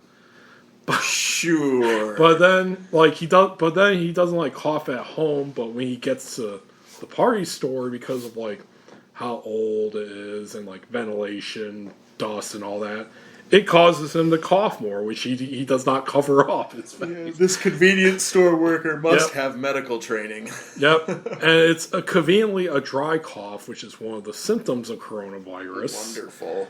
And he's just straight up telling me as he's ringing me up and not covering his mouth. It's God damn it. I was coughing coming into the building the other day, and everyone's like, "Oh, shit." I was like, just smoking weed. So thank you to our unofficial sponsor who will probably sue me in the future for saying all this stuff. Drake's Party Store. Drake Party Store, you fucked up. He has a dry cough, but don't worry, it's not coronavirus. Okay, number 9. Here we go. A miracle bleach product can cure coronavirus. Have you heard about this? No, but I did hear people were talking about drinking bleach. Yeah, the one of my favorite podcasts called Behind the Bastards did an entire 2-parter on the guy who kind of started that, a religious new age cult thing, that basically said bleach is this miracle drug this miracle drink that will solve everything from like cancer to autism. He's got people believing that if you drink bleach, you can cure the coronavirus from yourself. Wonderful. And of course, it goes around like anti-vaxxer circles, QAnon, and this kind of goes about like the same conspiracy theory where like they claim the coronavirus will like stick in your throat for 4 days, but if you drink like this solution of like honey and warm water, it'll flush down into your stomach and the acids will kill it. Okay. I do like to drink honey in my tea. Same thing with water. It's claimed like if you hydrate enough, then again the coronavirus will get washed down to your stomach and die. Fair enough. That's not how it works at all, but nope. Okay, here's the one that you and I legit believe, and it probably is going to happen because all the signs are pointing towards it. Mm-hmm. The country will be placed in a nationwide quarantine effective immediately. I'm pretty sure that's going to happen, man. I wouldn't be surprised at all if it happens this week. I know. I really wouldn't. I know, that's kind of why I'm hoping like I'll get those two gift cards that I told you about for my company, one for $100 or one for $25. Mm-hmm. No, that I can stock up before they put us all in effective nationalized quarantine. Yeah, on Friday he said he wasn't going to do it. Yeah, well, one thing at least with the U.S., unlike other countries, is that we're the United States. Mm-hmm. We have a thing called states' rights, which is both good and bad. It's something that I like go back and forth on constantly, whether I like it or not. So, I don't know, man. I think it's going to be, if it does happen, I think it'll be in April sometime. But I think there's going to be a lot of resistance due to just states' rights and all that. Yeah, it's going to be an interesting time. Nothing like that has ever happened before. Well, you can say that for 9/11 too, and even the recession, 2008 recession. Yeah, none of this shit happened back then, man. Well, it did happen, but we just add a little plague on top of it. No, well, we had lockdown of flights for like 2 days, and that's it. And like there was no border closures. Yeah. Like. All right. Number 11. If you can't hold your breath for 10 seconds without coughing, then you have coronavirus.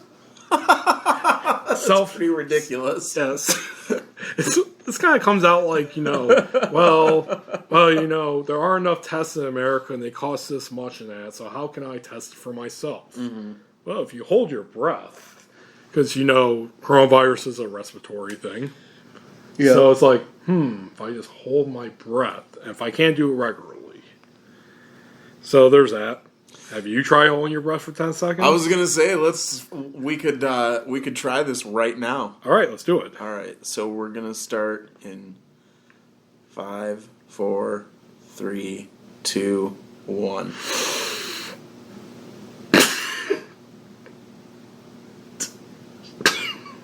I lost.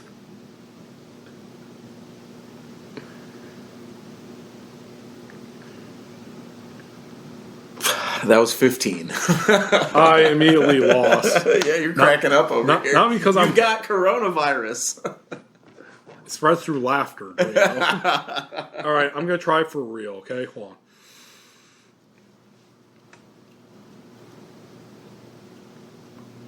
Five.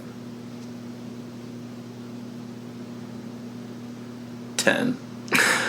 All right, I'm good. Yep, you're good. There you go. I do not self-test complete. There we go. I'm good to go. I'm good to go to work with everyone else. All right. Let's see. I think there's like one or two more on here. I'm gonna run around breathing heavily every time someone coughs. Okay. Vitamin C can help you ward off coronavirus. Again, it kind of follows the same way with like drinking this water, bleach or your hot honey solution or water, that it'll flush it down to your stomach. Yeah. But also because they think vitamin C is also a wonder drug. See, and apparently like in one of them, whether vitamin C or vitamin C supplements can help ward off the coronavirus, presumably based on the idea that vitamin C can combat the common cold. Mm-hmm. This is from the article. One viral tweet even showed someone making a quarantini or emergency cold and flu packets mixed with gin. Oh, that reminds me of my 20s, dude. Except it would have been powdered Tang with my Tanqueray. Yeah, which emergency quickly disavowed the post. Dude, it has been a straight decade since I had a Tanqueray. I bet. Yeah, just the fact that you're mixing. First of all, you're mixing with alcohol. Like, won't that kind of, I don't know, wouldn't that stop the effects? Because you're mixing with something that's effectively bad for you, right? Either that. Well, I would say alcohol has a better chance of killing the virus than emergency. Well, hand sanitizer, they say it has to be this percent alcohol. Mm-hmm. I mean, wouldn't I be safe if I just wash my hands with PBR? I don't think so. Which, by the way, you just have sticky hands. Which I'm ashamed to say that last week I bought an 18 pack of PBR because I was out of beer. Mm-hmm. This time, due to quarantine fears, I bought a 24 pack. Well, you're a hoarder. I know. I'm just figuring that if I get quarantined, I'm just going to become the raging alcoholic I've known that I am on the inside. I'm channeling Bukowski. Okay, see. Fucking A. Okay, we gotta end this podcast. Okay. It's getting too lame and getting too depressing. Somehow I don't think God cares. Okay, final one, and this actually, despite them, getting them, dismissing the flu comparisons, I honestly don't know. The coronavirus will go away by summertime. Wouldn't it be nice? Yeah, that too. I actually have kind of wondered that, though. Mm-hmm. Because we are technically actually all winter and spring, it's pretty much flu season. Yeah. And, yeah. I hope so. I hope it goes away sooner than summertime. Let's see. Some public health experts say that while there's a chance the spread of virus might be curtailed with warmer weather, as tends to be the case with seasonal influenza, it wouldn't necessarily slow down transmission significantly, as the virus appears to be more transmittable than the flu. Mm-hmm. Yeah, I don't know, dude. I hope it's over with. Has to end sometime, right? All right. Well, there you go. Those are the big main conspiracy theories. Zach, what do you think of that? I think wash your hands. All right. And God doesn't care. If he existed. So, all right, everyone. I guess that's the end of this podcast. I'm technically not leaving. I think I'm going to hunker down here for a little bit. In my bunker. But I mean, you invited me to here, so I don't know how safe I am. But I think I am going to go out into the wasteland of Kalamazoo and search for bottle caps. I think that's the new currency. I'm pretty sure it's toilet paper. Wow, you got a very sweet-ass back scratcher. I do, man. My back just needed scratching. I'm pretty sure I could trade that for something, for some ammo out there. It's a trade item. All right, Zach, let's do some promo stuff. What you got? Elmbladmedia.com. I'm still shooting, so I'll come shoot your concert that you're having in your underground bunker. I'll take pandemic portraits. I'll do any of that stuff. I'm planning on releasing a collection of short stories and essays later this year, assuming that the world hasn't ended. And, yeah, I don't know. I guess I don't have a whole lot of plugs. I just want everybody to be chill, man. Be chill, babies. Well, I'll do some promotion because God knows I might need that money soon. Yeah. You can find all of my work, all information on books, podcasts, recordings, wherever you want to call it, on GarretSchuelke.tumblr.com. I'm on Twitter at Garret Schuelke, I'll probably be posting a lot more there because I don't get banned there as much as Facebook. And yeah, check out this podcast, of course, on Anchor, Breaker, Radio 1, YouTube, Internet Archive, Mixcloud, Spotify, of course, Google Podcasts. Stitcher? No, actually not there. Stitcher app sucks lately. Yeah. And I've never really got into it that much. Especially because I'm more so the guy, like, I prefer to download my podcasts because I don't have the data plan to, like, really back up streaming. Right. Which, by the way, I signed up for the last podcast Patreon because I could download episodes from there because they're Spotify exclusive now. Mm-hmm. I'm like the $10 tier, so I can download ad-free episodes. Nice. Yeah, I'm a Spotify member, so. Yep. So am I. I can listen for free, but again, data, I can't stream it. Gotcha. And we have horrible Wi-Fi at the warehouse. Like, I originally go wait a little bit because, it's like, okay, well, there's some episodes I listen to, but I wouldn't want to, like, really listen to again as opposed to some. I'll wait to sign up.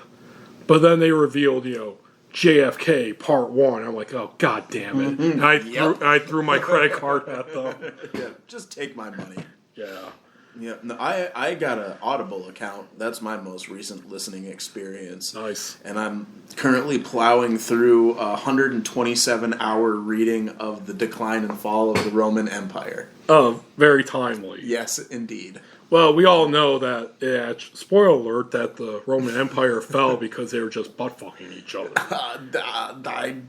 Their degeneracy. That hasn't come up yet. They did not accept Jesus. That's not because they're... Actually, that was part of the problem, was accepting Jesus, actually. Not because of their corrupt as fuck government, their insane leaders, or the fact that they were just imperialistic as fuck and stretching out their resources. Mm-hmm. Nope, none of that. They were just butt-fucking each other in front of Zeus. If they were only doing that in front of Jesus, they would have been fine. You never know. All right, folks. Thanks for listening to this podcast. Mm-hmm. Zach, thanks for allowing me to come here in your presence. We're technically not 6 feet from each other, but we haven't coughed or anything, so I say we're good. Unfortunately, we haven't passionately make out like we usually do. That's a bummer. The tongue kissing happens after 6 p.m. Yeah, No, it usually happens like right when we meet. That's our dream. But you know what? For the sake of the world and this country and this world, we will forego it this time. Mm-hmm. Hopefully, within a month or two, we'll be back to normal. Yep. Everything will be back to normal. I'm hoping so. Yeah, here's your healthcare bill. All right, folks. Thanks for listening. Thank you, Zach. Yeah. And good luck out there, everyone. Yeah, stay healthy. You're going to need it just as much as we're going to need it. We are. And, here's the outro song. Later, folks.